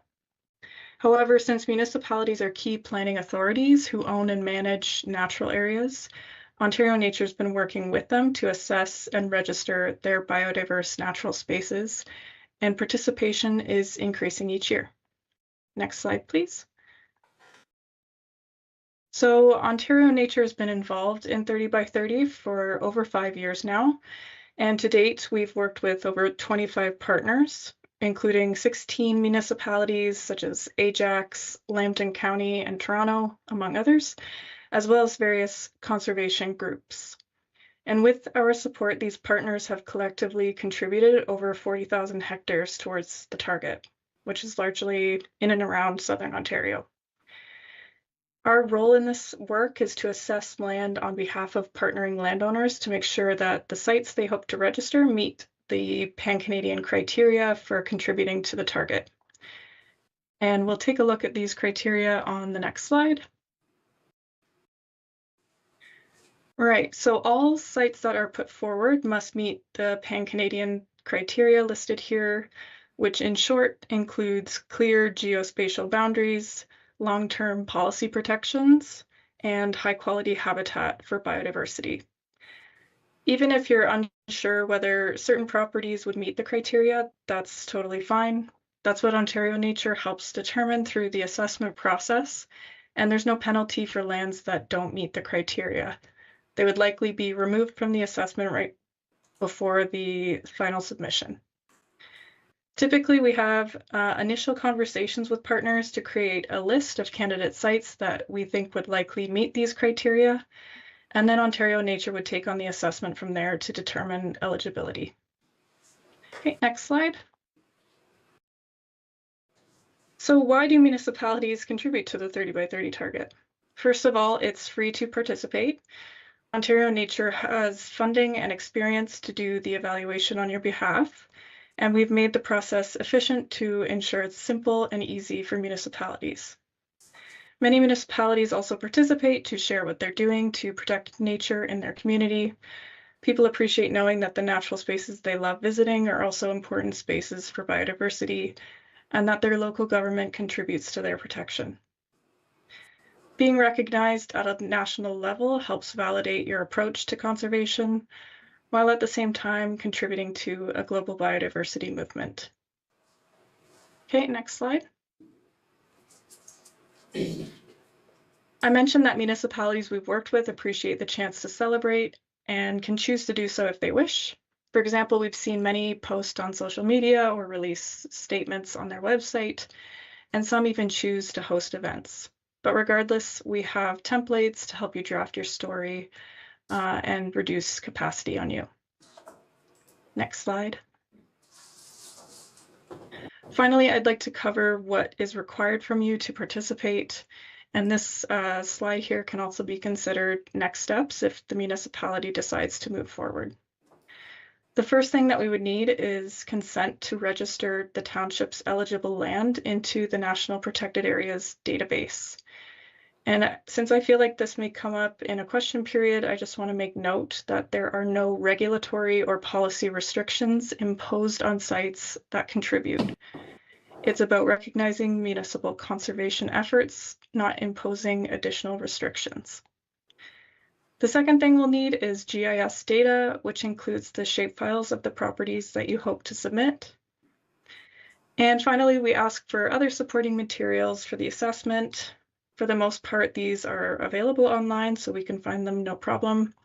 However, for documents kept offline, such as draft inventories or internal management plans, we can speak with designated staff to discuss access. To help gather this information and obtain sign-off from the township, what we typically do is just require a couple of short meetings and follow-up emails with staff to make sure we have everything we need.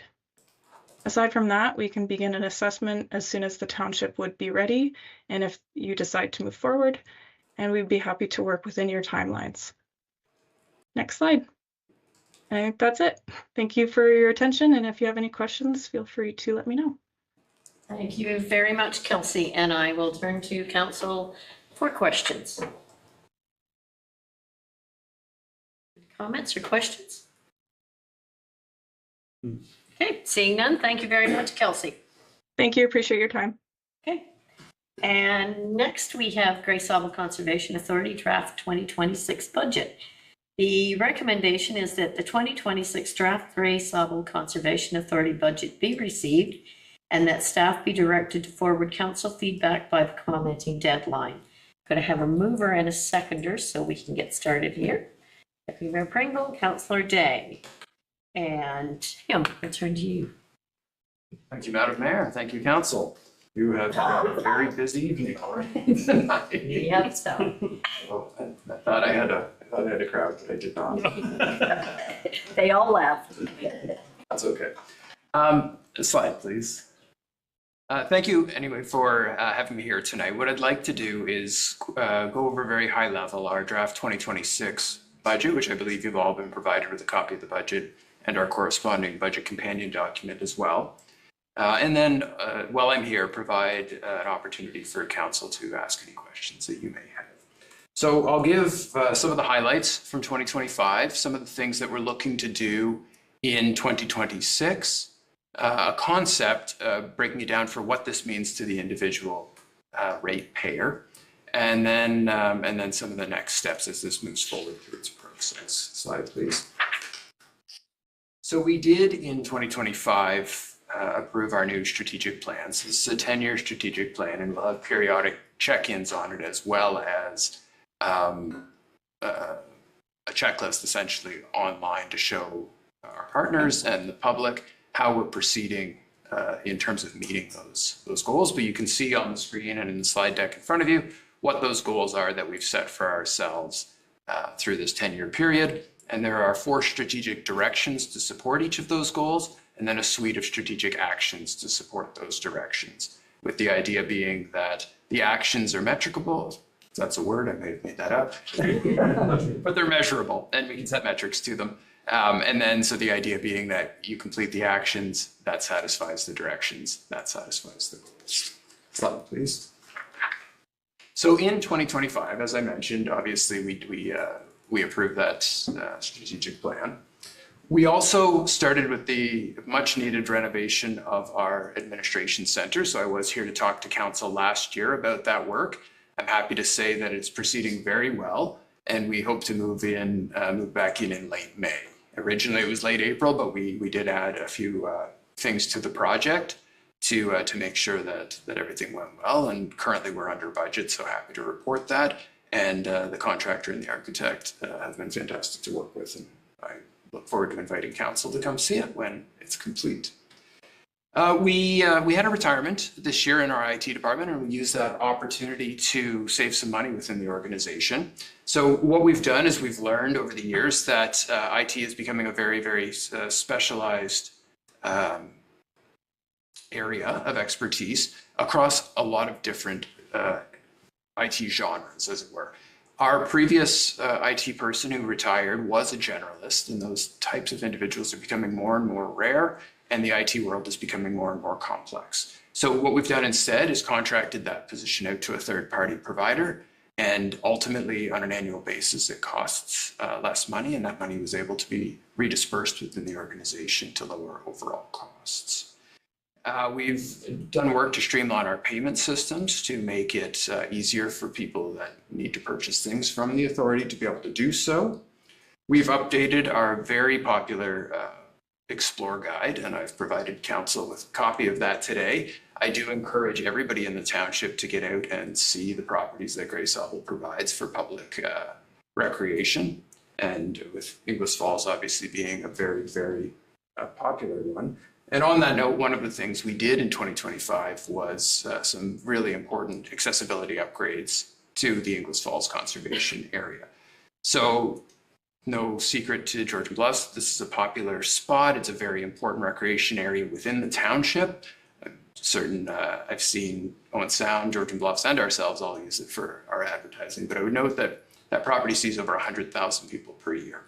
So what we've done is we've completely renovated and retrofitted the bathroom that's there so that now both sides are gender neutral and both sides are completely universally accessible. We've also installed an accessible pathway from the parking lot to what was the accessible lookout, the challenge being you couldn't get to the lookout, so now you can. And we've cleaned up that lookout so that everybody can come and enjoy the falls. We set a goal for ourselves in our environmental education program this year to raise $20,000 in grant funding to help pursue environmental education within our communities. And our staff team blew that out of the water. They brought in $72,000 in grant funding that's gone directly back into community programming that helps get people of all ages out into the environment. And we think that's really, really important because the best way to care about something is to learn about it and know what it is that you care about. Then we also, in terms of the natural hazards work that we do, replaced all of the water level monitoring stations we have throughout the watershed to continue to provide top tier service in terms of flood forecasting. Slide, please. So as we look forward to this year now, a couple of the things that we're looking at doing is one, as I mentioned, establishing a publicly accessible system to monitor and report on the progress on our strategic plan.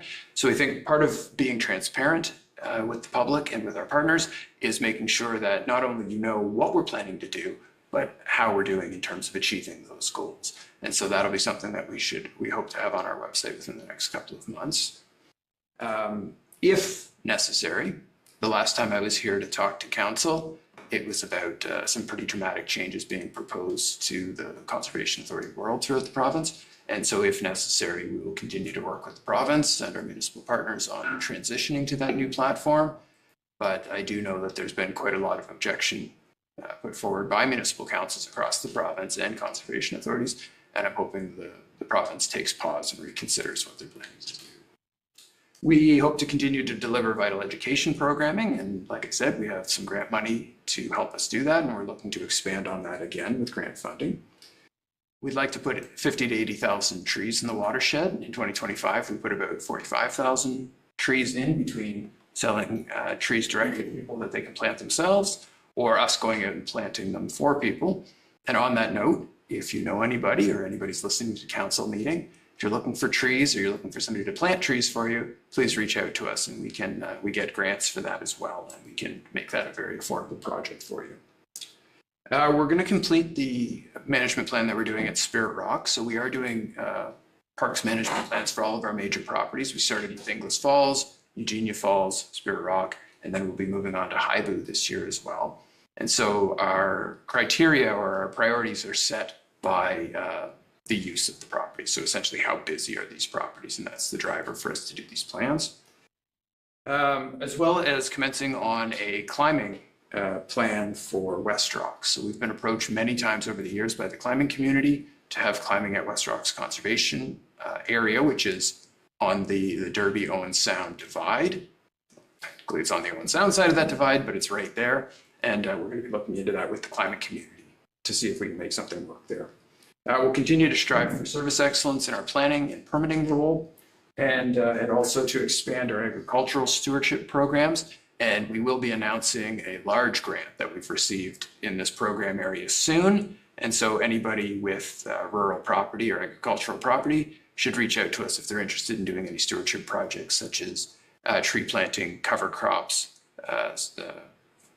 water diversion, barnyard diversion, stream fencing, things of that nature. Slide, please. So when we look at the funding breakdown for 2026, our budget is proposed at about $4.25 million for the year. For that money, we deliver vital conservation work throughout the watershed. That watershed area is 3,200 square kilometers in size and covers 5 major watersheds as well as several smaller watersheds. We serve, as you're aware, 8 member municipalities, of which Georgian Bluffs is one. We own and manage over 28,000 hectares of land. And when we look at the funding model, I think I've mentioned many times, every time I'm here, I think, that when we started as conservation authorities, the funding was 50% from the province and 50% from our municipal partners. The province has stepped way back over the years, and in 2026, Grace Saba will be providing about 50% of that funding through self-generated revenue. So that's our planning and permitting programs, our education programming, our forestry programming, and our parking program, which has been very successful. Our municipal partners provide about 43%, and the remainder is provided by the province, with the lion's share of that being drinking water source protection, which we actually provide for Grey Sauble, Saugeen Valley, and North Bruce Peninsula. Slide, please. So when we look at the changes to the budget for 2026, there is a proposed increase of about $78,000. Now that's not $78,000 for Georgian Bluffs, that's $78,000 across our 8 member municipalities. And of that, about $55,000 is for Category 1, so mandatory programming that we must provide under the Conservation Authorities Act. About $7,200 of that is Category 3. So these are the programs that we provide, like stewardship, like watershed monitoring, and some of the communications work that goes along with that. And $16,000 is for capital. Of that $16,000, 10 of that is for the admin center. So when we originally budgeted the admin center, it was before we had gone out to tender. After we received the tender documents and moved forward with it, we did have to add $10,000 to capital annually for the 15-year period. So levy is proposed to go up 78%. Self-generated revenues in the year are going up almost $100,000. Sorry, I didn't mean to say 70%. I meant to say $78,000. It's not going up 70%. So yes, costs are going up for our municipal partners, but we're also trying to increase the amount of money that we're bringing in as well to make this a balanced partnership ratio. And these expenses are largely driven by generally uncontrolled costs in terms of salary and wages. You have staff, you have to pay your staff. Those costs do increase annually. When you look at the total bottom line of the budget, you'll see it goes up by $240,000 or so. A large portion of that is materials and supplies that's associated with non-levy programs, so stewardship and forestry, so either self-funded or grant-funded programming. Slide, please. When we look at that $78,000 breakdown across our municipal partners, this is what it looks like. So our total levy increase proposed for the year is about 3.89% over last year. Georgian Bluffs' specific increase is about 3.25%, so a little bit less than the total average. And the reason for that is that we use modified current value assessments. So municipalities with a higher assessment value within their property pay a higher percentage of the levy. And that's why, even though there's 8 municipalities, you're not seeing whatever that would be, a 12% split. And so Georgian Bluffs' increase is about $8,200 over 2025. Slide, please. So to put this in practical terms, it doesn't work quite this way with the example that I'm going to give at the bottom, but in a general sense it does. So as I said, we use current value assessment or modified current value assessment. So what that means is the province provides us with assessment numbers for each municipality. And they also provide us with the amount of that municipality that's within our watershed. So for Georgian Bluffs, it's not modified. 100% of the township is within Grey Sauble's jurisdiction. But some of our municipalities like Chatsworth, Erin, Heldersley, Grey Highlands, and Blue Mountains are only partially within our watershed. And so rightfully only partially, only a part of that assessment is utilized. But the assessment, just like your mill rate, it's applied evenly or proportionally across. So we do a dollar amount per $1,000. And so it's about 12 or 13 cents per $1,000 of assessment. And when we look at a house that is assessed at $530,000, so that's the average price of that. That's the average assessed value of a house in the town of Blue Mountains, if you're wondering where that number comes. It's about $67 or $68 per year per household, not an increase, total levy. So that's about $1.10 per household increase over 2025. In the township of Georgian Bluffs, that number is probably lower because we used the number from the town of Blue Mountains, who is our highest assessed property municipality. Slide, please. So in terms of next steps, the Conservation Authorities Act requires us to circulate our budget for 30 days to our municipal partners so that you can review it and provide comment back to us. We try to give you more than that because that's not a long time, especially at holiday season time. So we circulated on December 5th. It will go back to our board on January 28th, so next a week from today. And we'd prefer to have comments as soon as possible so that we can incorporate those into our board package. But if not, Councillor Winters and Councillor Day can bring those forward verbally as well. And once approved, then that budget would be circulated as final to our municipal partners. Slide, please. So thank you very much for your time, and through you, Madam Mayor, I welcome any questions or comments that Council may have. Thank you very much. And I will turn to Council. Any comments or questions? Councillor Day. Thank you. You had a long wait before you were able to present tonight, so thanks for waiting. Thanks for still being here. I just wanted to provide comment from one of our councillors who isn't able to be here tonight, but I know she would appreciate having her question or concern heard. There's concern that given the pending merge of the CAs, is it more financially prudent to stay at status quo for budget until the dust is settled on that question? Through you, Madam Mayor, I guess I'll give the best answer I can for that question. So status quo needs some definition. So if we assume status quo in terms of the services that we provide and the staff that we have, then we are staying at status quo. But the cost of providing those services and the cost of employing those staff goes up every year, just like it does with any entity. So if status quo is service and staffing levels, then we're maintaining status quo. If status quo is don't raise the dollar value at all, then we're not actually maintaining status quo, because that becomes a service cut at that point, because the costs are the costs essentially. And if we're going to not increase those, then that money has to come from somewhere. So like I had mentioned in the presentation, Grace Auble is bringing in an increased amount of money, and we're also seeking an increase in levy. So the only other option to do that would be to utilize reserves. And I have heard this comment come out before about, because there's the potential of this merger, should we be utilizing reserves instead of utilizing a levy and other sources? And I would suggest that I don't believe that to be a financially responsible course of action, because one, we don't know that this change is going to happen for sure. Two, we don't know how those reserves are going to be treated if the merger does go through. And our reserves are generally earmarked. So the board has been presented with our asset management plan and a comparison of that against reserves.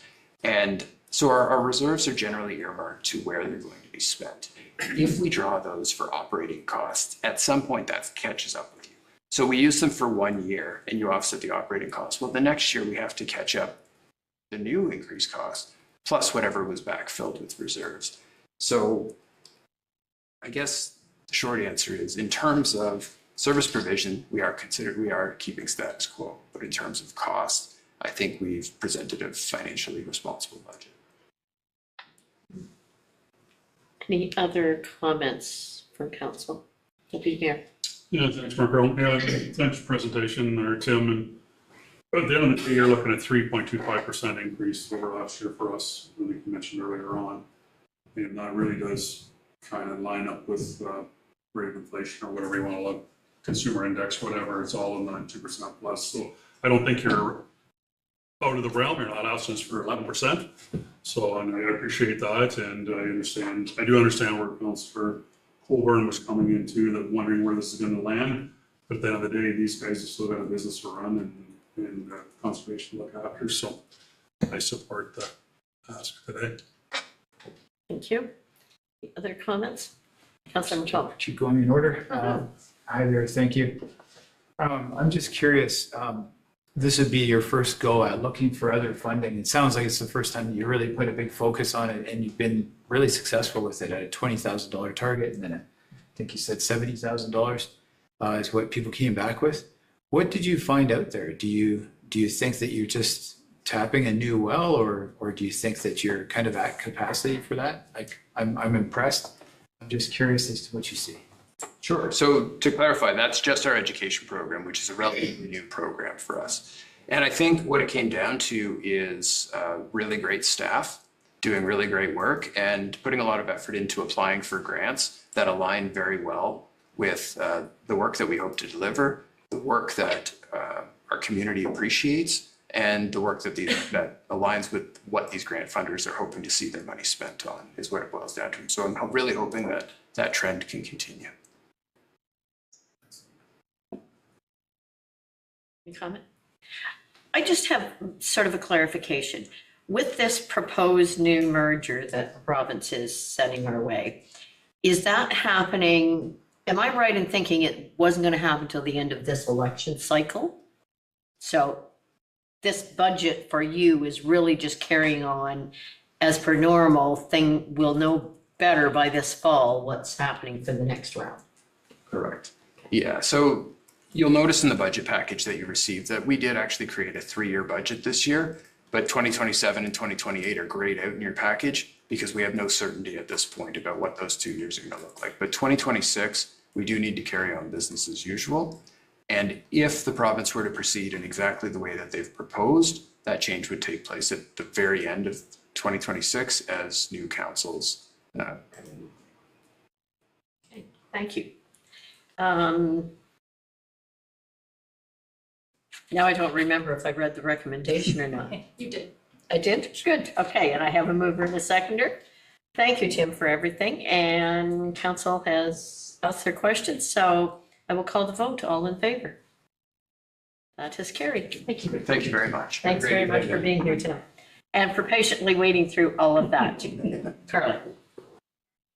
In the interest of people who have been waiting, I was wondering if the council would be amendable to changing the order of business to bring the council remuneration item forward. We do have 2 members of the council remuneration committee online, and it isn't until quite a bit later in the agenda.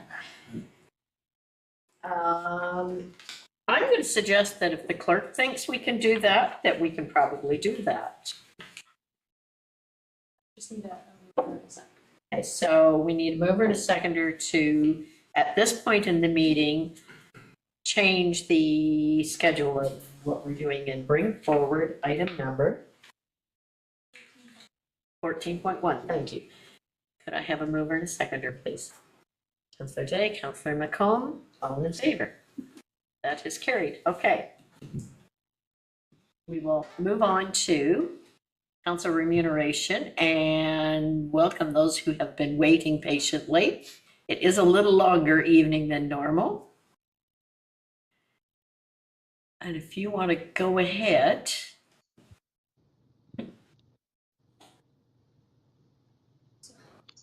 Are you looking for us to speak? I think I understood there were questions from council that they wanted to ask the committee. Okay, I am just trying to find it in my. Sorry. Okay. Fair enough. Okay. So this is further to deferral from the December 3rd meeting, and also has questions. Yeah. I was gonna give a brief for you there to I'm still trying to find it. You're doing great. I just thought I'd kick this off. So I'm there this now. is a continuation. We had the remuneration committee before us once before, and Mr. McRoberts presented the document for council. And I think as staff, we probably in reflection talked about this and thought we maybe should have couched it in a better way to say, today's the day to ask the questions. Today's the day to give some feedback. I think we congratulated the committee on a job really well done. And then when we left, I think there was some conversation about questions about how they came to some decisions and just some other questions about the report. So at that time, we asked the committee to come back today and really appreciate committee members representing themselves for the report today. And so today is an opportunity to ask some questions that we had in anticipation of passing. Good. Thank you for that. And I will turn to council to see what questions everyone has. Councillor Day. I do remember my question or thought process was about attendance at special events. Pondering attendance being remunerated at Remembrance Day ceremonies and wondering why that particular event was singled out as a national day of significance compared to, say, Canada Day or Truth and Reconciliation, or sorry, national. I was so much more prepared in the past for this conversation, but yeah, Remembrance Day ceremonies has come up a lot, and we have never voted to. I think once we voted to pay councillors, but then councillors were intended or spoke about donating that money back to the Legion.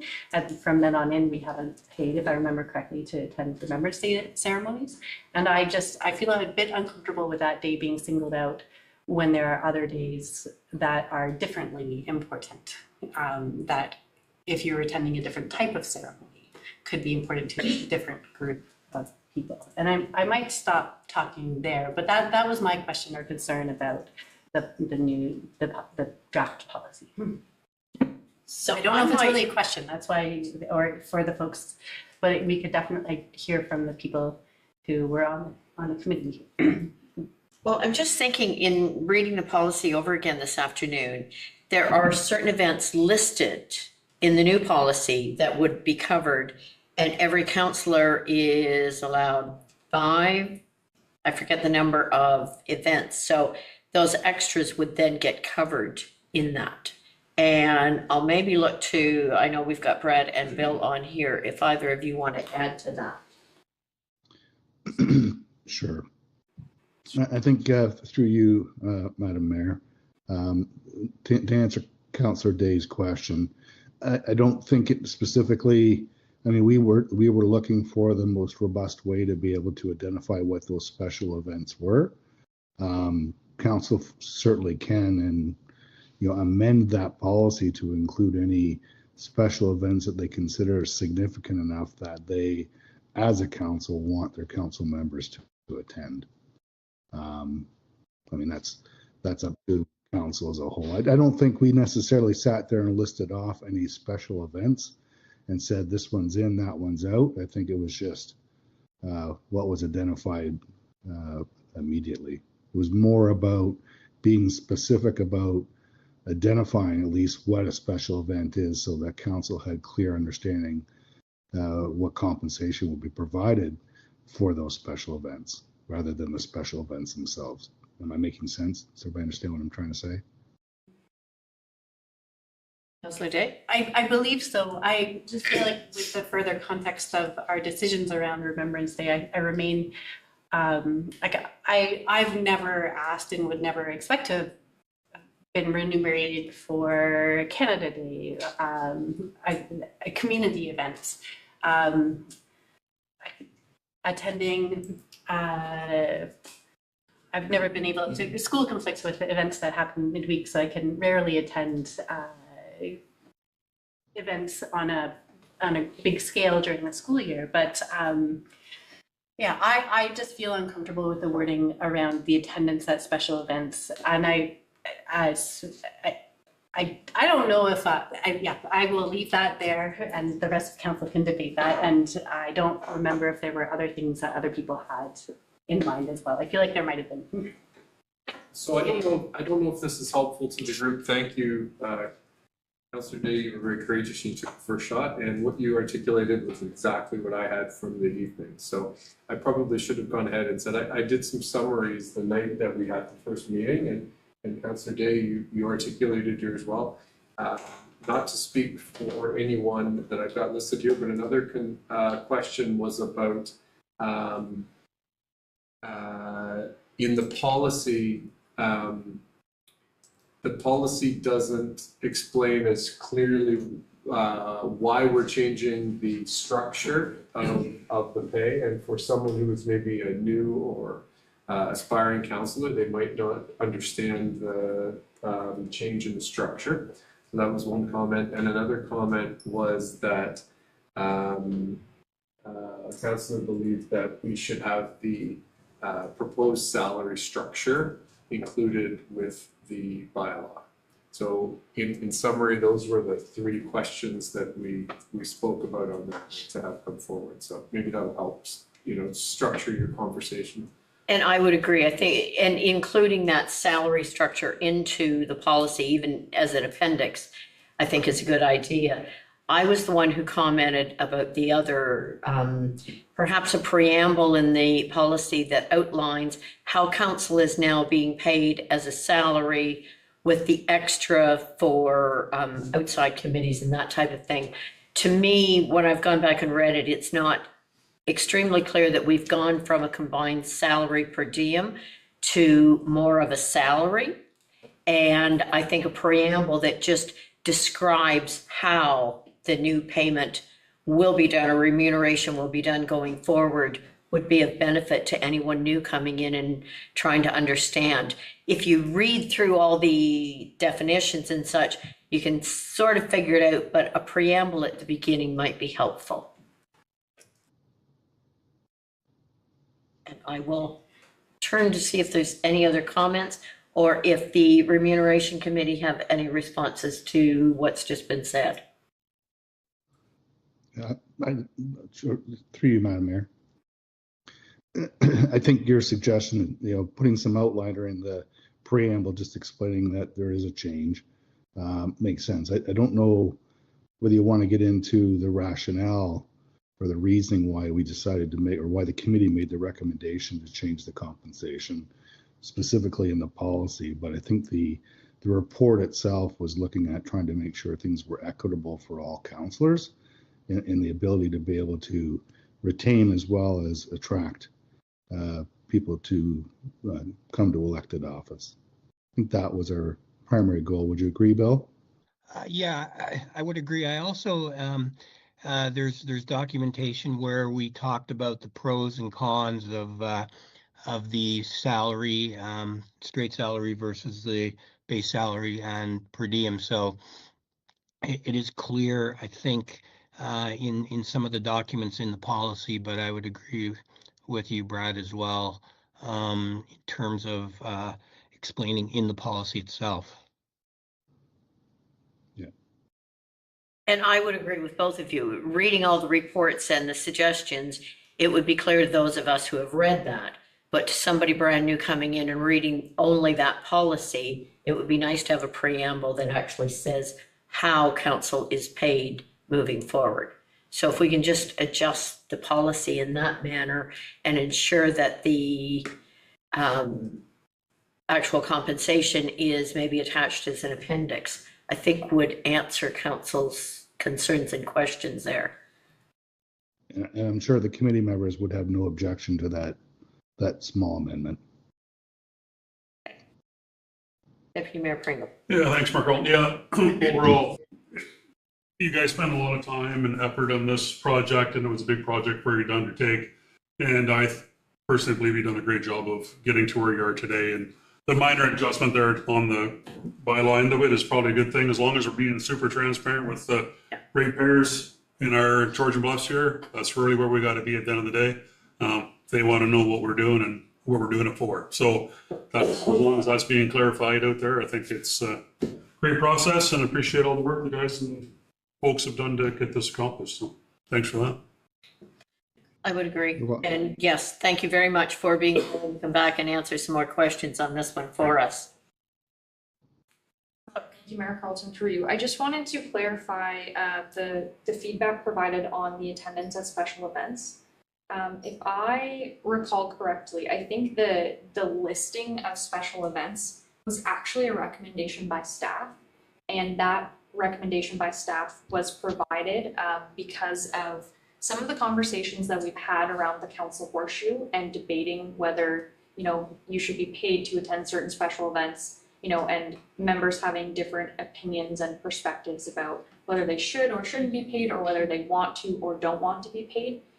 This was just to take that discretionary ability to submit for compensation offline based on an established history of attendance. So the events that are listed here are events that have been in front of council for approval before this policy was written. So anything with an established history that council has debated in the past, or anything where there is just an established history of attendance in general for council that are frequently debated around the council horseshoe. So it was just added in there to sort of streamline council's discussion around whether those events are remunerated or not, but just to take away that discomfort from you of having to debate whether, you know, somebody is paid to attend certain events. But that's not to say that these events couldn't be expanded or made less clear.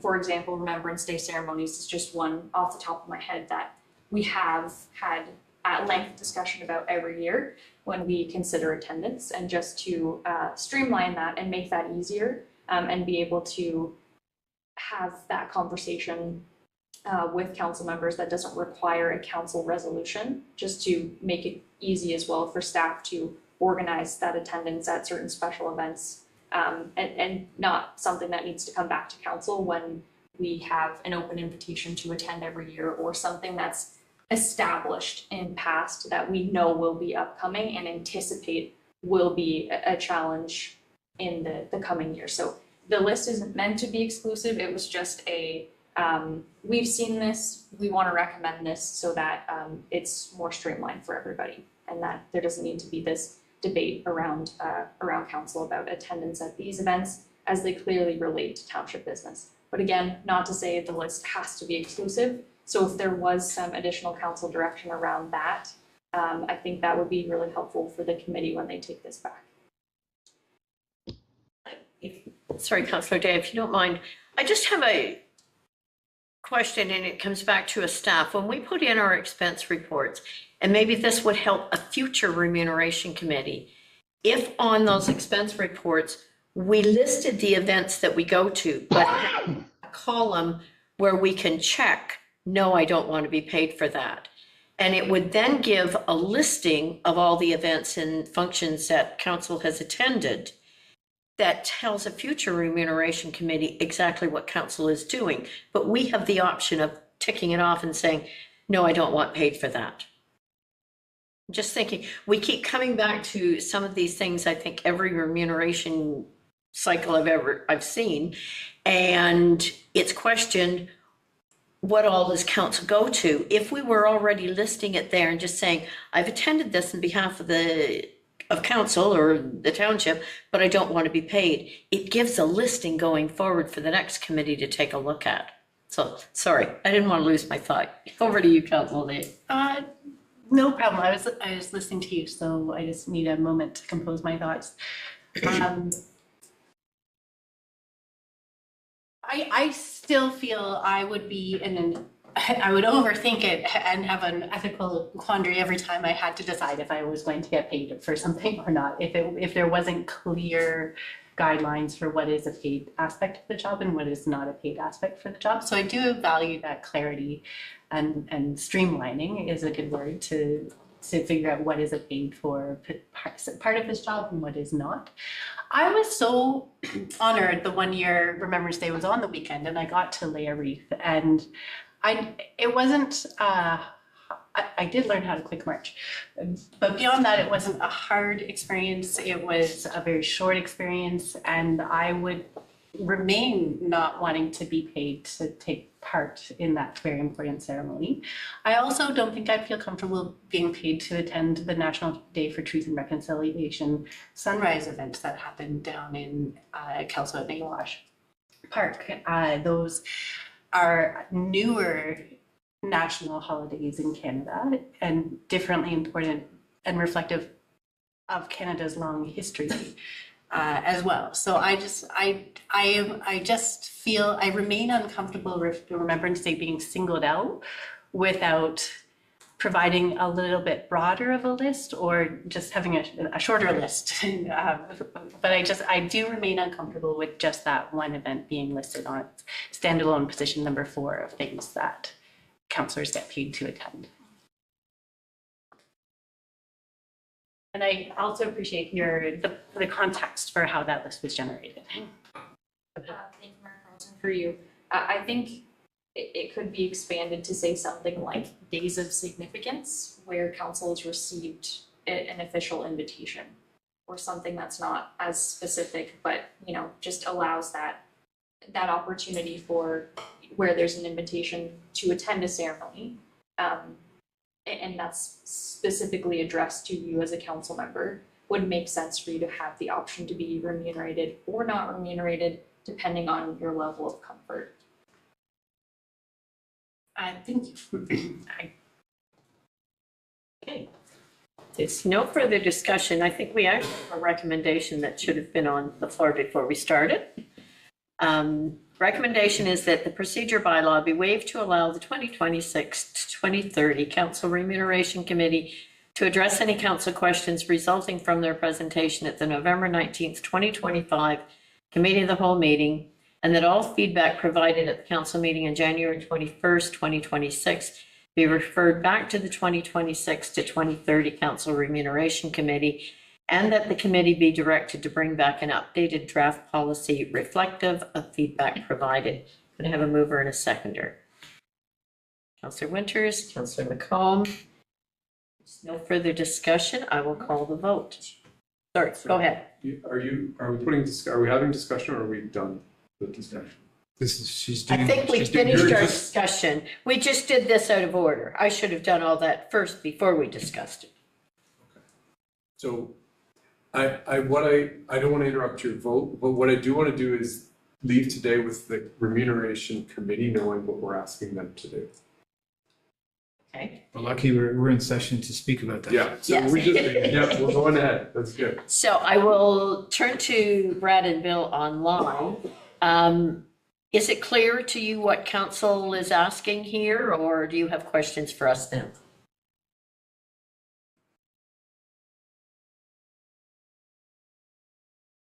Just unmute myself there so you can actually hear me. I think if I can just maybe reiterate, Go ahead. just so that make sure I do understand what you're asking the committee. And I'm sure the clerk will take good notes as well. But I think you want to have a bit of a preamble that helps people understand the changes in terms of the compensation, that it's now a salary base versus what was a per diem at one time. So Yes. some language around that. Some language, I think you want the bylaw to be attached to it with the salary structure. And then I think to Councillor Day's question is maybe some language around what would be considered a special event. And I'll have to work with staff on that, and we might have to come back to council with, them looking to them to provide some input what they want included as a special event, and what maybe they don't want included as a special event. So I think we need some feedback from council. That's probably the only thing that I'm in the back of my mind. If the committee is going to make some revisions and propose a modification to you, I'm not sure exactly.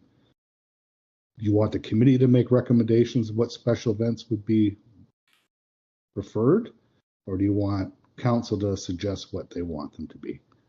Okay, I'm going to turn to the CAO right now. Appreciate the comments of the chair, and I think that's highlighting my concern. I'm afraid we're going to get in an infinity loop where we're going to make recommendations. So we sort of did that. So the remuneration committee did the work. They made the recommendations. Staff brought their report. It didn't meet the mark, so we'd come back. I'm hearing us sort of have the same conversation.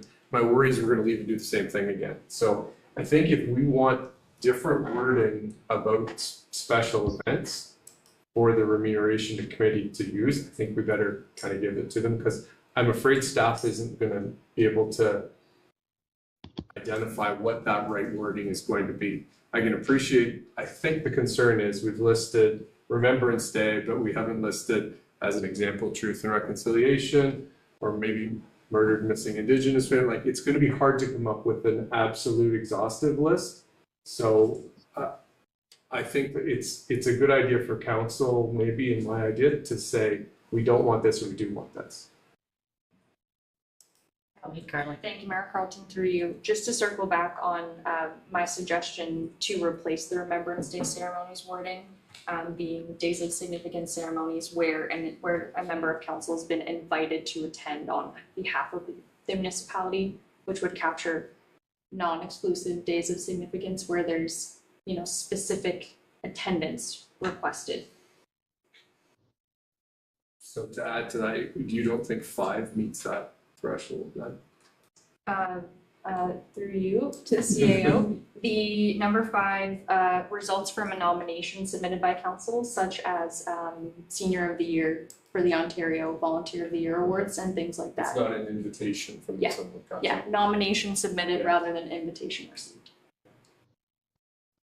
I am far more comfortable with that open-ended wording instead of one particular and very important event being listed, but having a more open-ended nature to number 4. Thank you.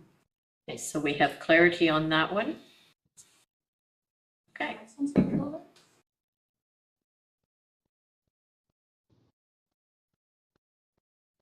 Sorry, what did? I was just wondering if there was any other clarity that needs to be provided under special events. Not on my behalf.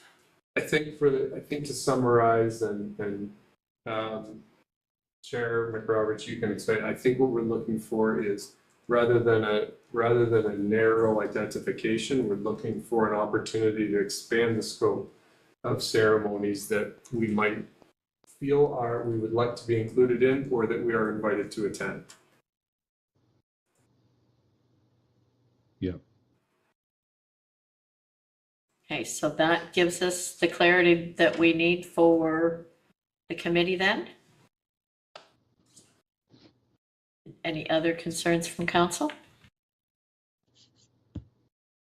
Okay. So we will be looking for an updated draft policy. There's no further discussion then. I will call the vote. All in favor? That is carried. Thank you, everyone, and thank you to both Brad and Bill for being patient with us this evening and for all your work leading up to this. Thank you. Thank you. Thank you. Have a good evening.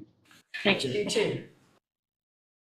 We are back to consent agenda. Yes. So does any member wish to pull items from the consent agenda?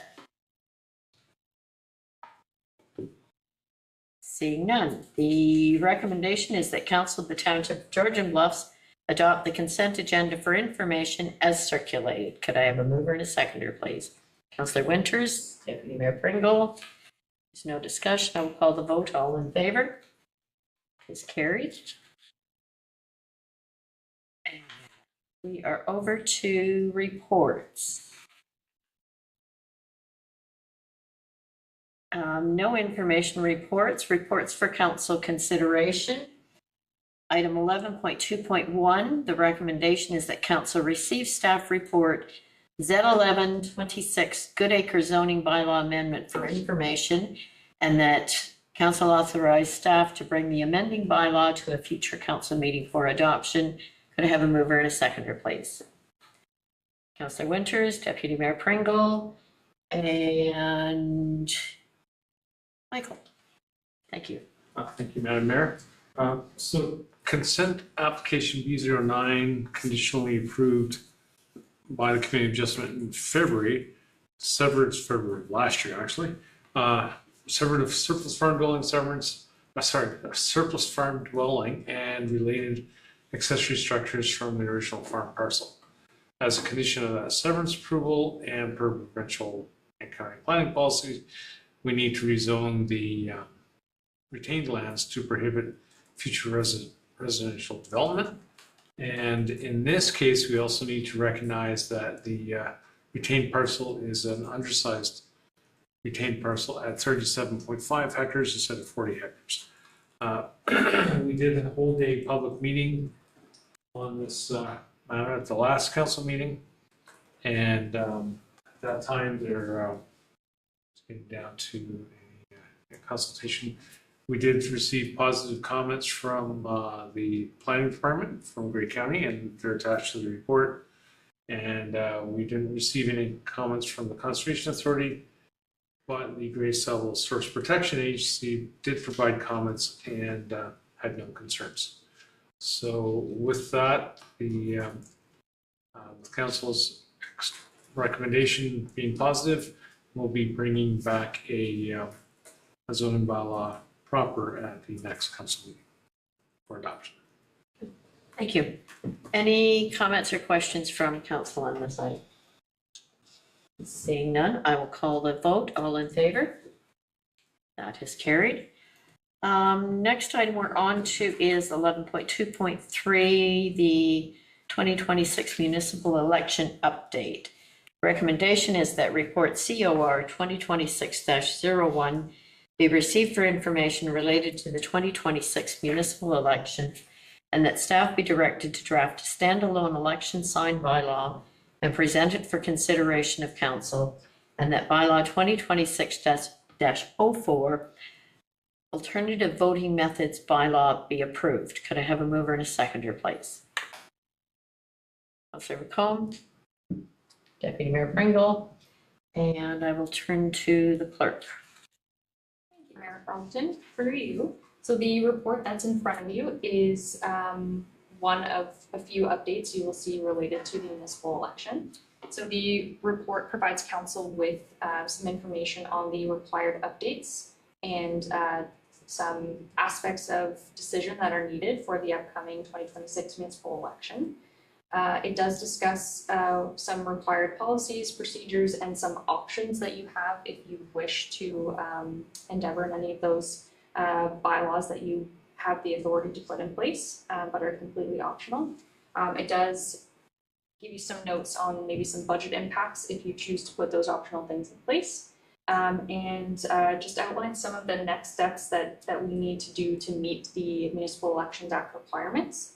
So this report deals with the election sign bylaw and a recent 2025 Superior Court ruling from the Township of Russell's sign bylaw, which was found to violate the Charter of Rights. So very interesting decision coming out and some discussion amongst clerks. Some are choosing to keep their bylaw the same. Some are choosing to ensure that it is compliant and doesn't infringe charter rights with the new finding. So from the perspective of the Township of Georgian Bluffs, it is before you as a consideration to crack open and to look at our existing bylaw and some of the potential conflicts that might have with the recent ruling in mind. And just, to make sure that our bylaw would actually be enforceable if we chose to keep it the same or change it, basically just making sure that we're on par with legal compliance. As well, this report recommends approval of your alternative voting method bylaw. We've already had the discussion about the voting methods, and of course, election planning is underway based on that. But we do need to formalize that via a bylaw. So it is recommended that council decide on those two things tonight. Thank you for that. And I will turn to council for any questions or comments.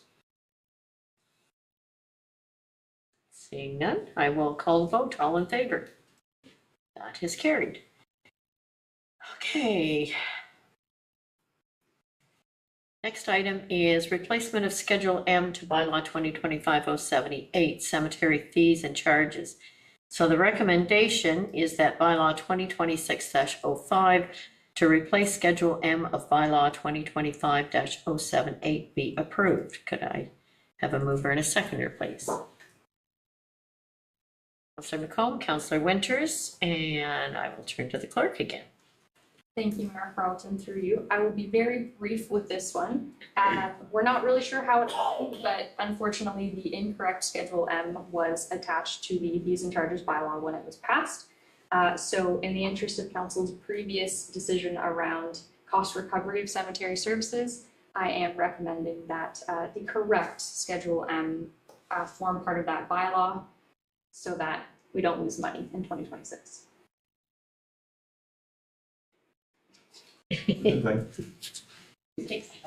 Any further comments or questions from council? Seeing none, I will call the vote. All in favor? That is carried. Earlier, I was going to ask if you wanted to switch. I would do committee of the whole and you could do council. Seems pretty good the way it is. All right, the council, council be recessed to hereby move into the committee of the whole. I need a mover and a seconder. Councilor McComb, Councilor Day, discussion. All right, I'm going to call the vote, and we're moving on to, we'll call the vote. All those in favor? Pay attention, it's a short list here. Okay, we're moving into the reports of the committee consideration. We have none, and we move into updates from members appointed to county council, committees, and local boards. Do any members have updates this time? I see none. Back to council.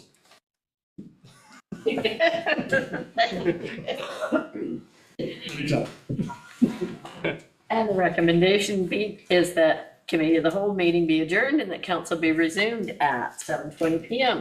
Back from mover and seconder, please. Councilor Day and Councilor McComb, all in favor. That is carried. Okay, bylaws. No zoning bylaws, we have other bylaws. First one is for alternative voting methods. The recommendation is that bylaw 2026-004, being a bylaw to authorize the use of vote counting equipment and alternative voting methods for the 2026 municipal and school board elections, be read a first, second, and third time and finally passed, signed by the mayor and clerk, sealed with the seal of the corporation, and engrossed in the bylaw book. Could we have a mover and a seconder, please? Councillor Winters, Councillor Day. Is there any discussion? Seeing none, I will call the vote. All in favor? That is carried. Next item is replacing Schedule M of Bylaw 2025-078. The recommendation is that Bylaw 2026-005, being a bylaw to amend Bylaw 2025-078, 2026 fees and charges for the imposition and collection of fees for certain municipal services and activities, be read a first, second, and third time, finally passed, signed by the mayor and clerk, and sealed with the seal of the corporation and engrossed in the bylaw book. Could I have a mover and a seconder, please? Deputy Mayor Pringle, Councillor McComb. Is there any discussion? Call the vote. All in favor? That is carried. We have already done the unfinished business. We have no new business. Does any member wish to provide a notice of motion or notice of discussion for inclusion on the next council agenda? Councillor Jay. I would like to provide notice of motion to look at the opportunity for Georgian Bluffs to participate in the 30 by 30 target. Leave that to you to work with staff to get that on the next agenda. So we do have closed session tonight. Recommendation is that the Council of the Township of Georgian Bluffs move into closed session at 7:22 p.m. in the Sarawak room with the Chief Administrative Officer and Manager of Legislative Services / clerk remaining in the room to discuss 17.1 minutes of previous meetings, 17.2 a position plan, procedure, criteria, or instruction to be applied to any negotiations carried on or to be carried on by or on behalf of the municipality or local board, open meeting exemption K of section 239, subsection 2 of Municipal Act 2001, biogrid assets. Could I have a mover and a seconder, please? Councillor McComb, Councillor Day. I will call the vote. All in favor? We will now move into closed session.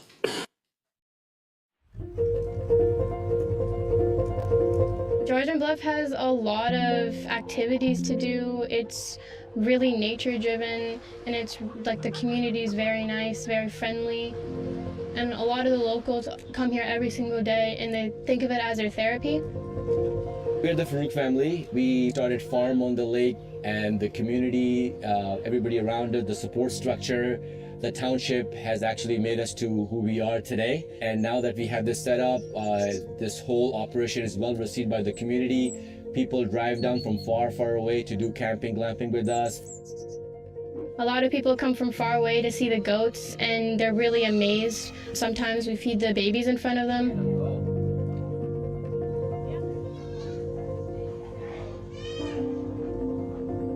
When we think about Georgian Bluffs, it's really the Reiki forest bathing that comes to my mind.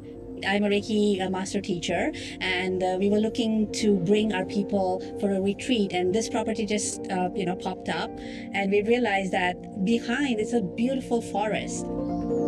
Every time we are driving up, I feel so relaxed. The air is amazing. If you're an outdoor enthusiast, there's never-ending things to do. There's the hiking all over through the escarpment. There's the bay, the water, if you're into water sports or sailing. And of course, pickleball is growing fast and it's all over the place right now. So there's lots to do.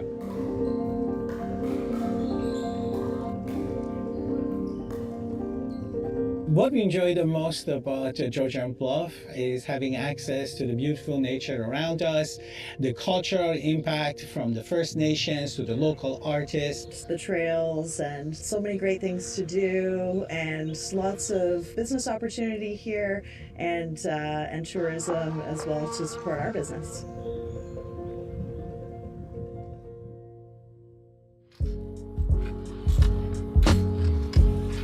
First off, what I love about the area is the scenery. It's absolutely beautiful. Like, it's right in the name of the municipality, the Bluffs. Another thing too that I noticed from living through here is all the small communities throughout Georgian Bluffs. They're very unique, and they might be very small, but we're very big with heart.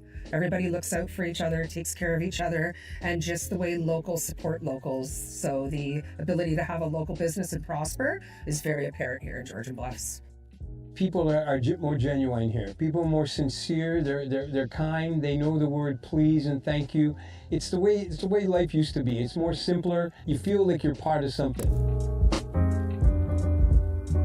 The Township of Georgian Bluffs as a municipality is proud to serve its residents, whether it be looking after infrastructure, looking after our roads, grading our gravel roads, looking after our parks, our trails, our community centres, our ice arena, or providing the services that residents rely on every single day when they come to our township offices. I'm proud to lead a team which is here serving the residents of Georgian Bluffs every single day.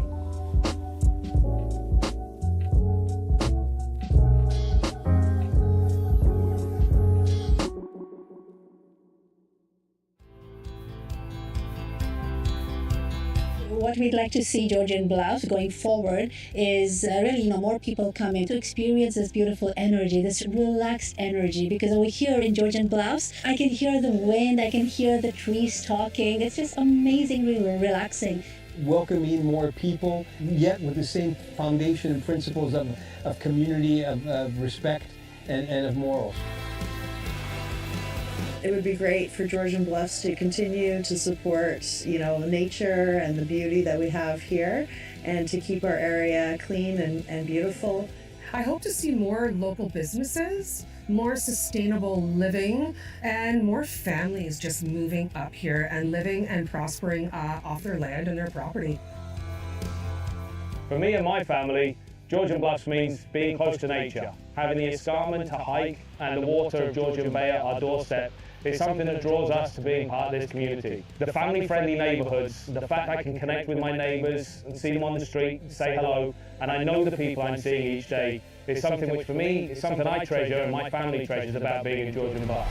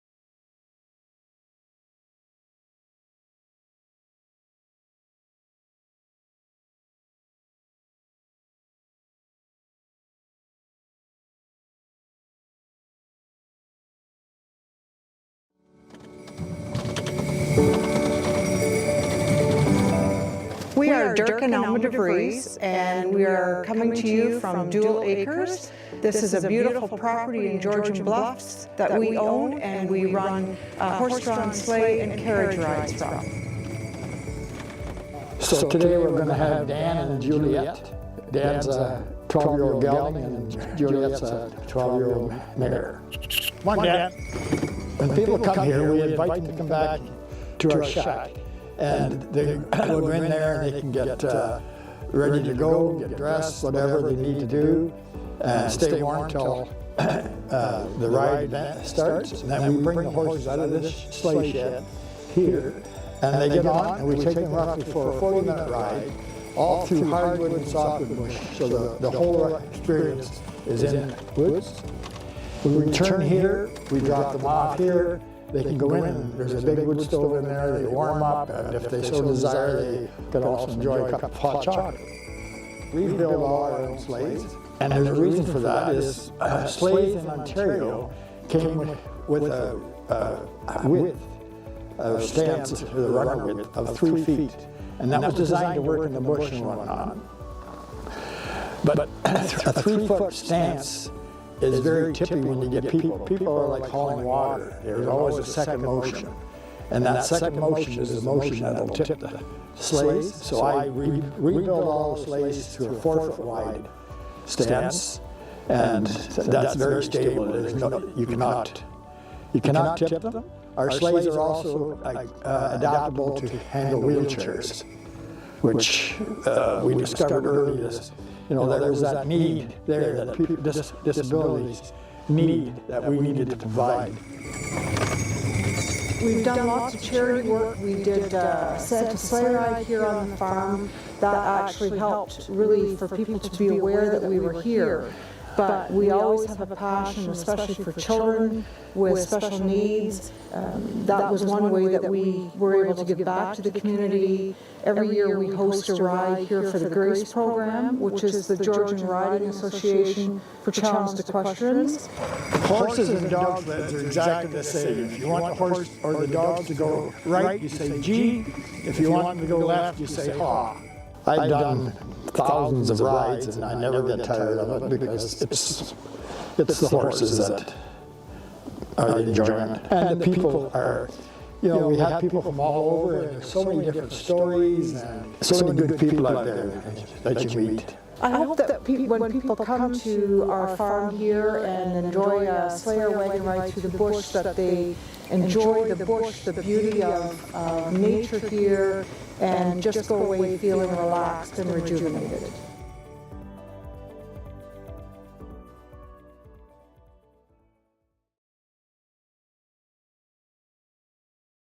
The Welcome Package is a tool that was developed by GB Lip's community. It was a tool that was supposed to be used for municipalities to share information with new residents, specifically immigrants coming to their communities, in a consistent way across Grey and Bruce counties. And what's great about it is the package was actually translated into multiple different languages. As my own personal lived experience as an immigrant, not everything was accessible to me with the click of my hand. But the welcome package, if you look up the municipality website, all the information that you need about the schools, about the local hospitals, about the local grocery stores, about the settlement service provided in your area. So I think it is a one-stop shop for all your settlement needs.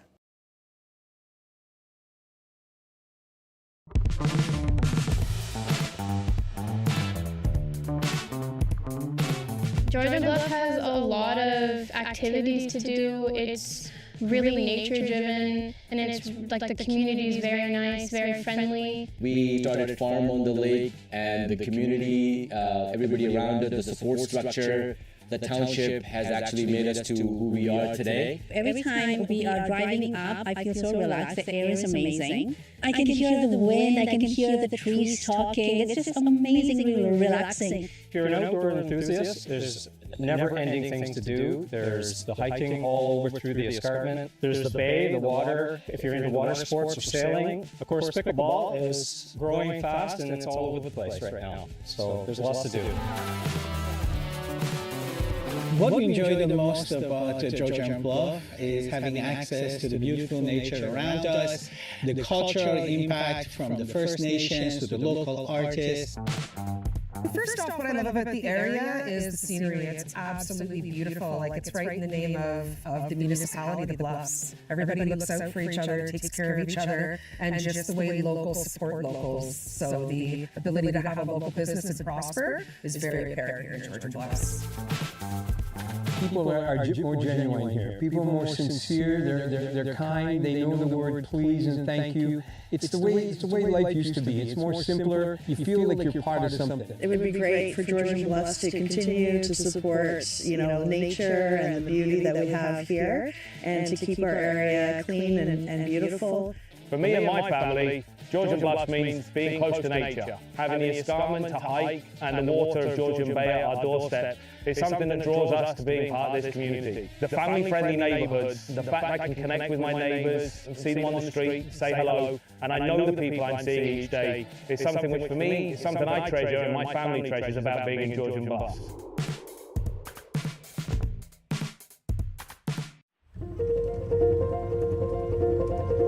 Georgian Bluff has a lot of activities to do. It's really nature driven, and it's like the community is very nice, very friendly. And a lot of the locals come here every single day and they think of it as their therapy. We're the Farouk family. We started a farm on the lake, and the community, everybody around it, the support structure, the township has actually made us to who we are today. And now that we have this set up, this whole operation is well received by the community. People drive down from far, far away to do camping, glamping with us. A lot of people come from far away to see the goats, and they're really amazed. Sometimes we feed the babies in front of them.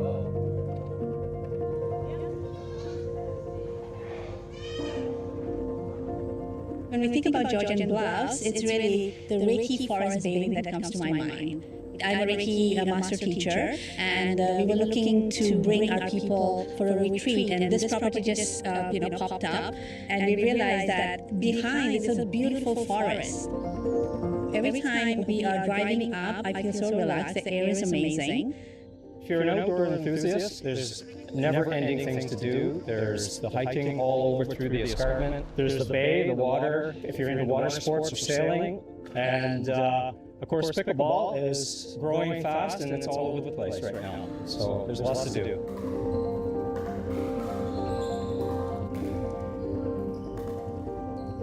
What we enjoy the most about Georgian Bluff is having access to the beautiful nature around us, the cultural impact from the First Nations to the local artists, the trails, and so many great things to do, and lots of business opportunity here, and tourism as well to support our business.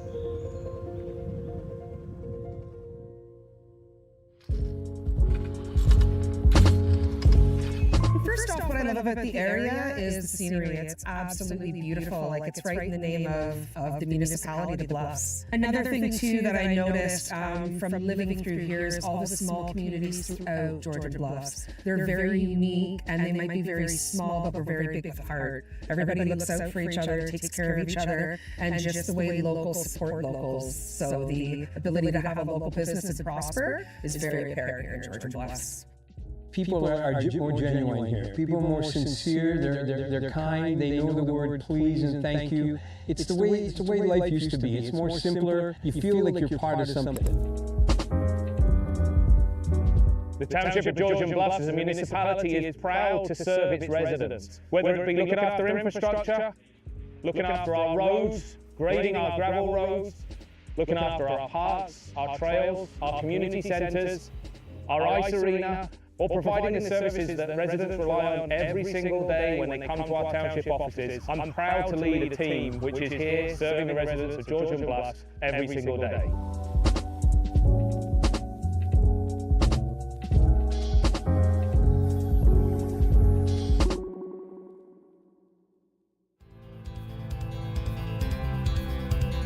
What we'd like to see Georgian Bluffs going forward is really more people coming to experience this beautiful energy, this relaxed energy. Because over here in Georgian Bluffs, I can hear the wind, I can hear the trees talking. It's just amazingly relaxing.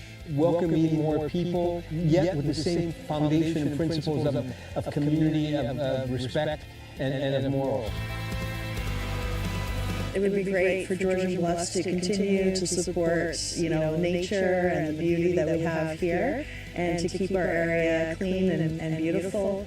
I hope to see more local businesses, more sustainable living, and more families just moving up here and living and prospering off their land and their property. For me and my family, Georgian Bluffs means being close to nature, having the escarpment to hike and the water of Georgian Bay at our doorstep is something that draws us to being part of this community. The family-friendly neighbourhoods, the fact I can connect with my neighbours and see them on the street, say hello, and I know the people I'm seeing each day is something which for me is something I treasure and my family treasures about being in Georgian Bluffs.